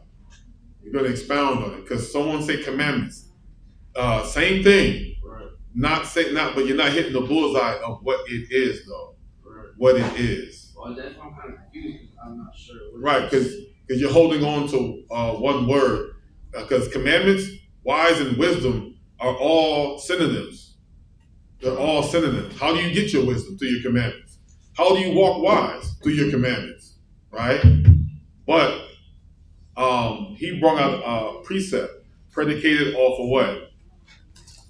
The prophets. It says, therefore, night shall be unto you, and ye shall not have a vision, and it shall be dark unto you, that ye shall not divine, and the sun shall go down over the prophets, and the day shall be dark unto them. Right. That's like I was going to say in Matthew 24 and 29, because wisdom being that sun that brings up that shines that light to the commandments, to the laws. Then when it speaks about the night will then fall unto them, that understanding you won't be able to come back to that no more. Right. That sun is over and you took it with God from them. All right. What is the sun? The sun is the initial light of wisdom coming in. Right. So when you see the sunrise, you then now see the night. Who is the sun? I'll just say that. Who is the sun? Who is the sun? Who? How are you outside? Right. The word, either way. Right. He said he was. Right. He said he was. Right. He literally said he is the light. Right. He literally said he's the light. So you understand what was going on. Go back to Jeremiah 31:35. understand what's going on. Jeremiah 31 and 35. Come on. Thus said the Lord, I got you, Brother Young. which giveth the sun for a light by day, and the ordinances of the moon and of the stars for a light by night. Right. So if you want to replace what you had said earlier, give you understanding. They give you understanding at night. You see what I'm saying? He gives you understanding by night. He even said it himself. There'll be a time where once he leaves, you will not have understanding. By when? By night. You see what I'm saying? I know y'all know this, but because we're not hitting on it, I'm seeing where you guys are seeing it at. I got you. Read what you got. Yes, sir. Sorry. Yes, sir. Which divide the sea when the waves thereof roar. Mm-hmm. The Lord of hosts is his name. Hezekiah pulled a good precept about the whole precept in Jeremiah 31:35 about us. About us, but us doing what? Giving that light, giving that understanding by Hamashiach Yahushua. Yes, ma'am. Grace and peace. It's Isaiah 49 and 6. Let's get Isaiah 49 and 6. Yes. And then Isaiah 6 and 16. You taking one? They're the same. I'm at Isaiah 49. I know she's trying to precept, but they're the same. Isaiah 49 and 6. And he said, it is a light thing that thou shouldest be my servant to raise up the tribes of Jacob. Come on. And to restore the preserve of Israel. Come on. I will also give thee for a light to the Gentiles. Come on. That thou mayest be my salvation. Be my what? My salvation unto the end of the earth. Yeah, to piggyback off of the light, I think I'm confused at this point. Are we researching the wisdom, the sun, the light, or are we talking about the stars and the glory and the power? All those. Who are the stars? Us. Boom. Who is the light? Yahushua. Boom. Everything that you bring right here in Isaiah is saying the same thing in Jeremiah.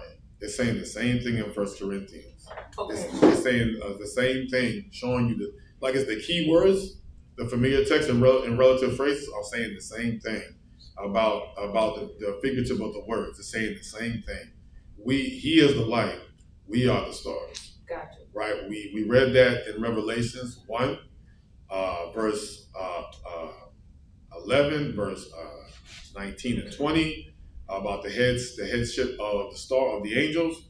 We are those stars. Okay. Right? The leadership, that's us. Yahushua is that light. Okay. Right? Now bring us to what you are wanting us to define. Come. Out of verse 41. Out of verse 41. Yeah. Right? What is it that we need to define out of that? Go back to 1 Corinthians 15:41, because it was a precept to Jeremiah 31:35. Right? 1 Corinthians 15 and verse 41. Yes, sir. There's one group, which you should get there. Come. Matter of fact, read into it. Read 39 and come down again. Yes, sir. This is 1 Corinthians 15 and 39. Come on. All flesh is not the same flesh. Come on. But there's one kind of flesh of men, another kind of beast, another kind of fishes, and another of birds. Read. There are also celestial bodies, the bodies with terrestrial, but the glory of the celestial is one, and the glory of the terrestrial is another. Come on. There is one glory of the sun. There is what? One glory of the sun. Read it one more time. One glory of the sun. Come on. And another glory of the moon. Read. And another glory of the stars. Of the what? Another glory of the stars. Read. For one star differeth from another star in glory. In his glory. Those key words that we read earlier, we found out, according to the book of Judges, there's more in Job. There's more than one understanding. God. For those who are following, there's more than one understanding that we've been bringing out the whole time. We've been bringing out, and we're showing you in 1 Corinthians the difference between them. But in our understanding that we had said earlier, we all agreed one of the stars is us. God. Matter of fact, we read them in Genesis all the way until Revelations 21. not 21, but Revelations 1, you realize that we are the stars. You read about the glory of the moon. With everyone agreed, not just wisdom, but also understanding. But when it comes to similitudes, they're all the same thing. They are the word of the Most High. Is to be abroad, to be broad. The word of the Most High is where you get your wisdom. In that are your laws, statutes, and commandments. When it comes to the sun, we also found out who said themselves they are what? They are light. But not only that, he is also called the Word. Which is what? Light. Right. Which is the Word is light. Just to cover it real quick, so you understand that when you read Paul's epistles, you have to be thinking of what you've learned already from the days of old. When we read through Psalms and when we read through Jeremiah, just to name a few, the precepts that you all pulled are good, but to tie it into Paul's epistles, you understand what he's talking about, right? Yes, ma'am. Revelation 22 and 16. Another precept. Let's get it. And I mean, why are you pulling 22 and 16? In reference to make a difference between the two stars, my mind went to one star over the other star, meaning once we read 16, the latter cause, Yahushua being the ultimate star versus the false star under Esau. Oh, okay. Under the God of this world being their day star. Oh, okay. Is that where you were the whole time? This is where I am now when we reread the scripture between the two stars. That's what it just says. It said one difference in glory. One different in power. Yahushua would be the ultimate power, the offspring of David and the bright and morning star. Mm-hmm. We know him to be versus the false star, the other star of the world in which we live in. No, you're not wrong. They both have power, but he has the ultimate power, is what I'm saying. No, you're not wrong, but I was just showing you, like my title was, right? That we are the light. Right? Got you. I got you. I'm just trying to see where you at. That's why I was asking you, why are you pulling Revelation 22? Going right? on that scripture I got you. Of what my understanding right now, pulling out the star. About the star. That just was dropped in me, so that's why I'm pulling it out. No, all praise. Okay. All praise. Let's read what you got. Revelations 22 and 16. Come on. And Yahushua has sent mine angel to testify unto you these things in the churches. In where? In the churches. Come on. I am the root of the offspring of David. Of what? I am the root of the offspring of David. Read. And the bright and morning star. And bright and morning star. You also see this in the first chapter as well, as him being that star you're referring to, right? Like I said, across the board, we are all stars, right? But I know when you're predicated to the latter clause of 1 Corinthians, you're not wrong at all. But like I said, my title is showing you, all my precepts in my history is showing you that we are the stars. Because we will do what in 1 John? We will be as he is. In 1 John 3. We will be as he is. Right? We may not know what we shall be, but when we see him, we will be as he is. Right? That's why I was hitting it the way I was hitting it, right? Okay. But no, you're not wrong at all for pulling this precept to show you that Yahushua is that morning star. Okay. So for one star different from another star in glory. Yeah. Then what's the other star? No, what you brought out earlier. Okay. The illuminance one. Okay. Right? In Isaiah as well. Chapter 14, right? Okay. Is him as well, right? Like I said, I get it all day long. But I was just predicated off the history I was bringing out. Okay. That we was one. But no, for deeper understanding, for those who need deeper understanding, no, that is what it is, right? I got some hands up. It's like Yehoshua, you're right there, Yehoshua. Don't put your hands down, brothers. Grace and peace. I'm for Corinthians, 1 Corinthians 15, and 41. Yes, sir. I want to give Daniel 12, 2 and 3. Come on.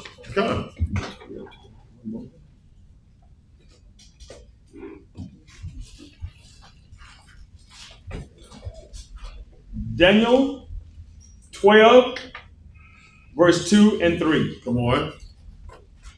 And many of them that sleep in the dust of the earth shall awake, some to everlasting life, and some to shame and everlasting contempt. And everlasting what? Contempt. And they that be wise shall shine as the brightness of the firmament, and they that turn many to righteousness as the stars forever and ever. As the stars forever and ever. So it's showing you that we are the stars. But you were going in depth of what? I was going in depth of the two stars, meaning the ones who wake up to everlasting life, and the ones who wake up to everlasting shame. Con. Right? But again, this is predicated off of like we are stars like Yahweh Shai. Come. Those who ever wake up to everlasting righteousness. Right? Our brother Hezekiah. Jeremiah 31 and 35, I got Genesis 37 and 9. 37 and 9? Paraphrase it real quick. Not paraphrase the scripture, but what is it? What you were correlating to? So it's going into Joseph's dream, where he referenced his father as the sun, he referenced his mother as the moon, and he referenced his 12 brothers, or his 11 brothers as the stars. Con. So that's You see that? Yeah. You see that? I see that. Yeah. You want to read it? Yes, sir. Genesis 37 and 9. Come on. And he dreamed yet another dream, and told it his brethren, and said, Behold, I have a dream more. And behold, the sun and the moon and the 11 stars made obeisance to me. Read. And he told it to his father and to his brethren. And his father rebuked him and said unto him, What is this dream that thou hast dreamed? Shall I with thy mother and thy brethren indeed come to bow down ourselves to thee to the earth? Come on. And his brethren envied him, but his father observed the saying. Read. And his brethren went off to feed their father's flock in Shechem. And Israel said unto Joseph, Do not thy brethren feed the flock in Shechem? Come, and I will send thee unto them. And he said to him, Here I am. And he said to him, Go, I pray thee, see whether it be well with thy brethren, and well with the flocks, and bring me word again. Come on. So he sent him out of the vale to Hebron, and he came to Shechem. And a certain man found him, and behold, he was wandering in the field. And the man asked him, saying, What seekest thou? And he said, I seek my brethren. Tell me, I pray thee, where they fed their flocks. Stop right there, right? So that first verse you brought out, it definitely symbolizes, like we read since the day of Abraham, who we are. You know what I'm saying? Who the similitude is, right? And that's what we've been going through the whole scriptures that have been coming out. Like it may have been choppy because like the history I was bringing out, showing you. We once knew that we were royals. We once had the wisdom and understanding. But because of now, whom the other nations we let treat us a certain kind of way, we actually don't know how much of a light we are, like Yahweh Shai, right? And there is a time that we are going to illuminate, and that's when you will see Hamashiach Yahweh Shai. But until that time, right, we're actually seeing ourselves contending for whatever doctrine that we hold on to, not letting go of the things. What I mean, letting go of the things, letting go of the laws, the knowledge, even minuscule things. We're not letting go of the things that holds us to this world, instead of moving on to the world to come. Like if you truly believe in the kingdom to come, you will start moving and walking and talking as such. You have more understanding about the world to come than this world, because this world's going to pass away.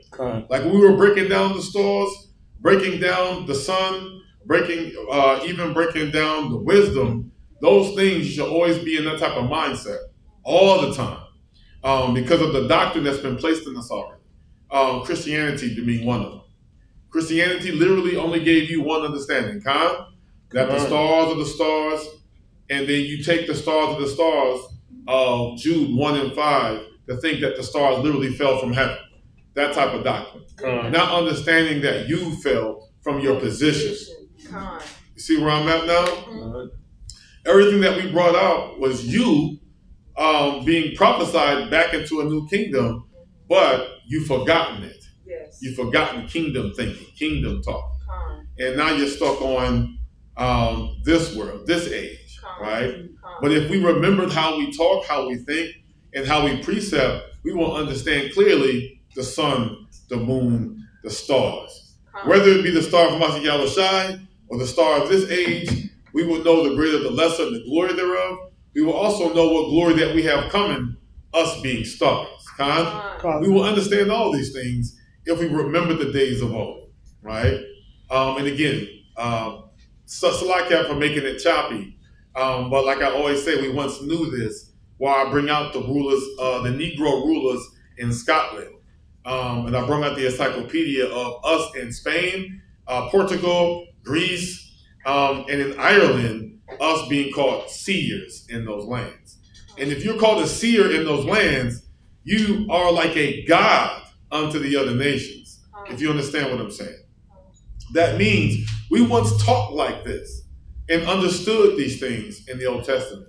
We did. We talked like this, and we understood the scriptures the way they were written. We weren't confounded because of this world and this age. In that time, that's how marvelous, that's how also recent this was. When we were called seers in the days of Ireland, we were still called seers. You see that? They knew that of us. So again, the precept Brother Hezekiah brought out, again, still symbolizing who we are according to Joseph's vision. He already knew, and also Joseph's vision, being a great nation of people. He was prophesied to be a great nation of people by the father Jacob, our forefather, that he will become a great nation of people. And he also knew that again we are still called the stars. We are still called the stars. Who else had their hand up? I want to miss a hand. Yakavel. Grace and peace. So, after reading Jeremiah and then going to 1 Corinthians 15, with Revelations 21 and 23 be, I guess, the end of that, or relevance? Brother, no, that wasn't. What did you pull earlier, Brother Hezekiah? Revelations what? 22. 12? Come. So 21 and 23?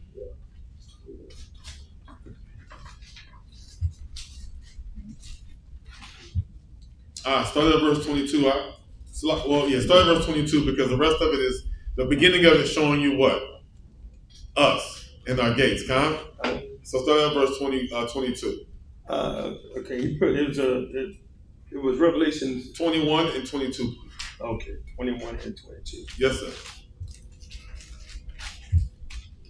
Revelations 21 and verse 22. Come on. And I saw no temple therein, for the Lord Yahweh Almighty and the Lamb are the temple of it. Are what? Are the temple of it.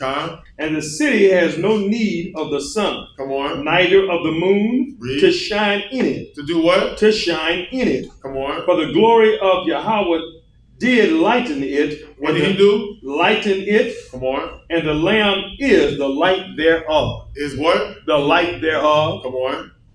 And the nations of them which are saved. Which are what? Which are saved. Come on. Shall walk in the light of it.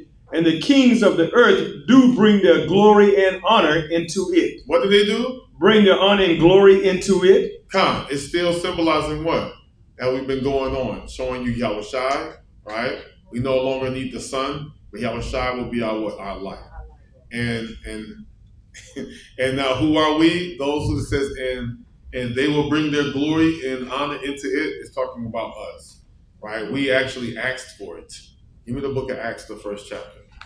Excellent precept about Mashah. We actually asked for it. And he said he will give it to us. He said he will give it to us. And I have to yield because we in 30. Minus 30. I'm there, sir. Acts 1 and start at verse 5 of Mashah. Acts 1 and 5. Come on. For John truly baptized with water. But ye shall be baptized with the Holy Ghost as not many days hence. Not what? Not many days hence. Come on. When they therefore were come together, they asked of him, saying, Lord, wilt thou at this time restore again the kingdom to Israel? What is he going to do? Restore again the kingdom to Israel. Restore again the kingdom to Israel. Right? Come on. And he said unto them, it is not for you to know the times or the seasons which the Father has put in his own power. Come on. But ye shall receive power after that. You will see what? You shall receive power. After that, the Holy Ghost is come upon you. Or glory. You will receive glory. Come on. And ye shall be witnesses unto me, both in Jerusalem and in all Judea and in Samaria and unto the uttermost parts of the earth. Come on. And when he had spoken these things while they beheld, he was taken up, and a cloud received him out of their sight. Stop right there. Showing you, Yahweh had already promised us what? The kingdom. He already promised us the kingdom and the power therein, the glory that he already promised that us. Again, because we are what to him? We are the stars as he is a star. Yes, ma'am. I was going to say too, that shows you the great deception that our people are under in this world, not knowing that they're already stars. Yes, we're ma'am. already stars, so we are reaching to be a false star as a celebrity, as a basketball player, as a entertainers, etc., etc. And that is how they are deceiving them, thinking that they are a star when they already are stars. I got you. Don't let me go down that rabbit hole, because that whole entertainment thing, the boardwalk and all that symmetry, symbolism, making you think that anyone, John Wayne and John this and John that, can be a star. All the actors can be stars, and y'all putting their hands in all that symbolism is deceitfulness. It's all vain. And we were earlier as vain imagination. But our people hold on to that. They literally hold on to that, meaning I can't wait to get because some actors, they have already retired. I can't remember this brother's name. He had already retired, and he was shocked that they had made him a star on the boardwalk. It was a brother. He's us, and he was just to the moon with it, in awe, because he wanted to have a mark. But again, he wanted a mark from who? From them. From them, and that's how most of us think. If I can only make my name or get my invention and anything, get it out there so they can also acknowledge me. We're on that type of time. And so when we tell people to drop what they're doing, in their mind, not my Lord, not my God, not my Savior, I'm not dropping nothing, because I need to be part of this age, this world, not the world to come. They have no knowledge of the world to come, let alone believe in it. No. When you tell them that there's a new heaven and a new earth coming with a new kingdom, this is their world now. They don't believe it. They believe in today. And so therefore, a lot of us, like you mentioned earlier, they want to be part of today. They want to be on the boardwalk. They want to be in the BET and the red carpet and the Emmy Awards. They want that imagery of what a star is. But that's all vain. It's all vanity. And yes, we do know this, but you have to admit, some of us who have great talent, we tried to strive for that light. We tried to strive for that prize, for that light at one point in our lives, right? Not knowing that this whole book is you. This whole book is talking about the real stars under Yahweh Bashem Yahushai. This whole book. But until you really come into grips with this, nothing is going to bother you. Nothing will. When you come to grips to understand this thing, nothing's going to bother you. You're going to say stuff like, it is what it is. It is what it is. And all praise, honor, and glory to Yahweh Bashem Yahushai for that thing that I understand now, because I don't have a problem anymore. But until then, you're going to strive for other things in this world. And you're going to be contending for other things in this world, not understanding it's going to wither away. I'm not saying that you can't use it, Because right now that we must go to work, we must earn a paycheck, but knowing that this is not your end, is what I'm saying. This is not your end. This is not your end. This is your beginning has not yet started, though. All right. Before we conclude, I'm always fair, but and I did receive many precepts, and I say all praise, honor, and glory to that thing, because I know you guys are yearning for understanding, and yes, sir. And so you must receive understanding. I don't know what the finger was. Like, hold. Right? I'm a hold, no problem. Love my elders, right? But and again, Slack is too choppy, but that's why I brought out the history so you'll know your worth. You must know your worth on what the other nations look to. They look to you. You don't understand. They look to you. They do not move without you. They don't. They don't move. They don't breathe. They stay up all night in there according to the scriptures. Matter of fact, where's that in the Bible? They stay up all night. It's in I believe it's in Psalms. They stay up all night. I'll get that real quick while I'm waiting for Elder. They stay up all night.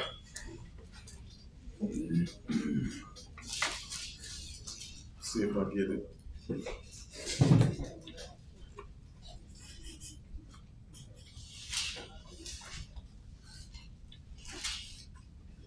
Where is it? They stay up all night getting understanding to make sure that they still rule over you. They are all night on their beds. You got Micah 2:1.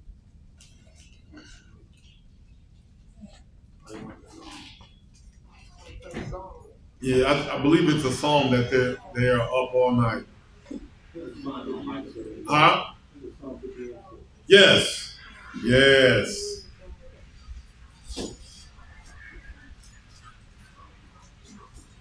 No, that one's good, but there's one that One's in the bed. There's one of my Micah 2:1. The device equals in Never. I was hoping to get it before Johanna came back.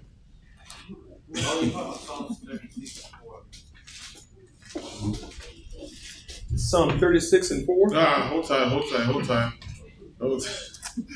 Rapid fire. That's the crafty counsel.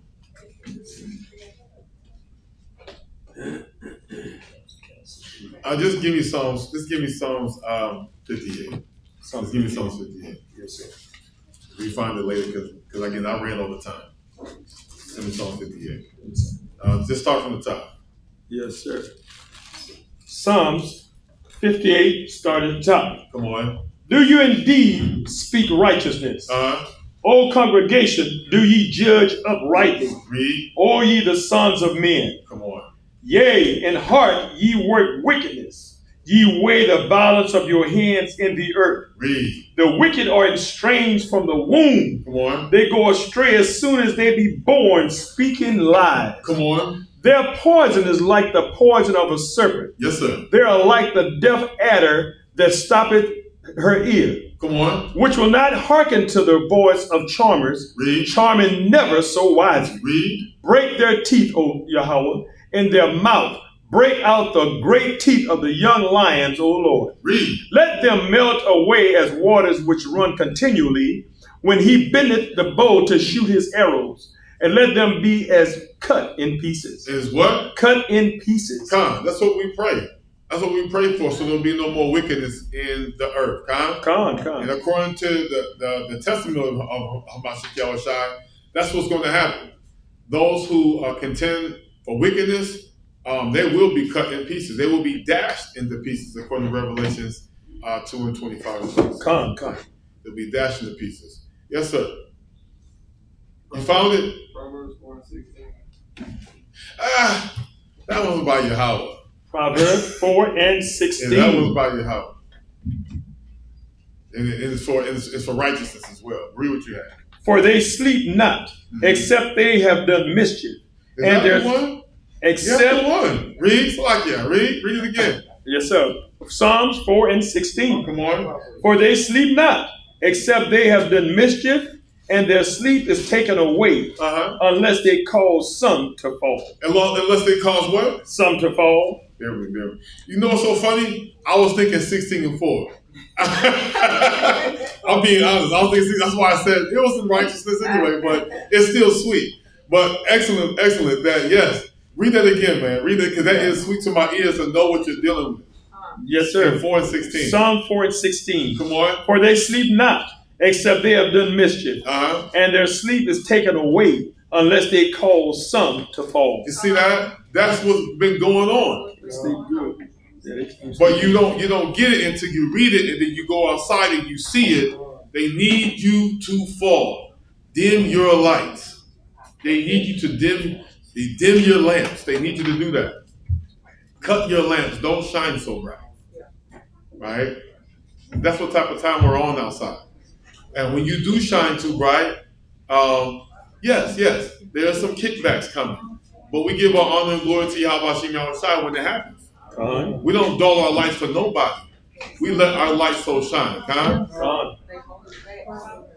4 and 16. It was Proverbs 4 and 16. That brother Canaanite said, brother. And I have to conclude, family.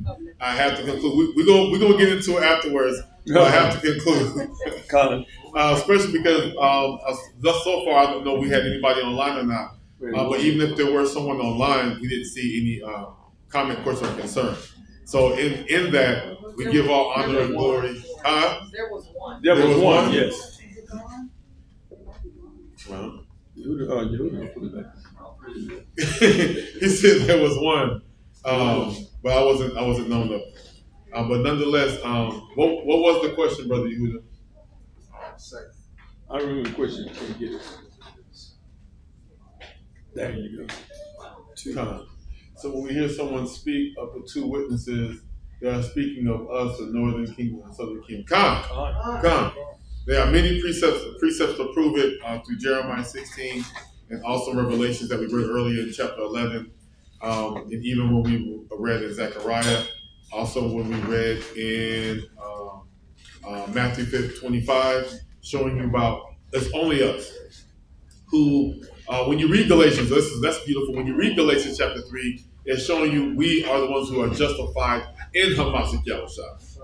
We are the ones who justified in Hamashiach Yahushua, right? All those things correlate with one another. Even a bishop has always taught you that everything's connected. Everything is connected. It's just that we have to rightly divide the word of truth, right? So in that, and again, I'm slack out for just seeing that. But again, we give all honor and glory and praise unto Yahweh Bashem Yahushai. We hope this was an excellent teaching and also an understanding teaching. And if not, please feel free to comment, give questions and concerns. Please look us up on the Facebook, Instagram, look us up on the YouTube as well. Give us a thumbs up and subscribe unto Vanguards of Israel and also New Millennium City Church. And last but not least, please keep up with us because we are planning on having our tabernacle as well. So please, if you want to fellowship with us, please keep up with us and let us know if you'd like to participate in our holy convocation. Last but not least, we give our honor and glory and praise unto Yahweh Bashem Yahushai. And that, I'll say it again. Yahweh Bashem Hamashiach Malaki Yahushai. Say it loud.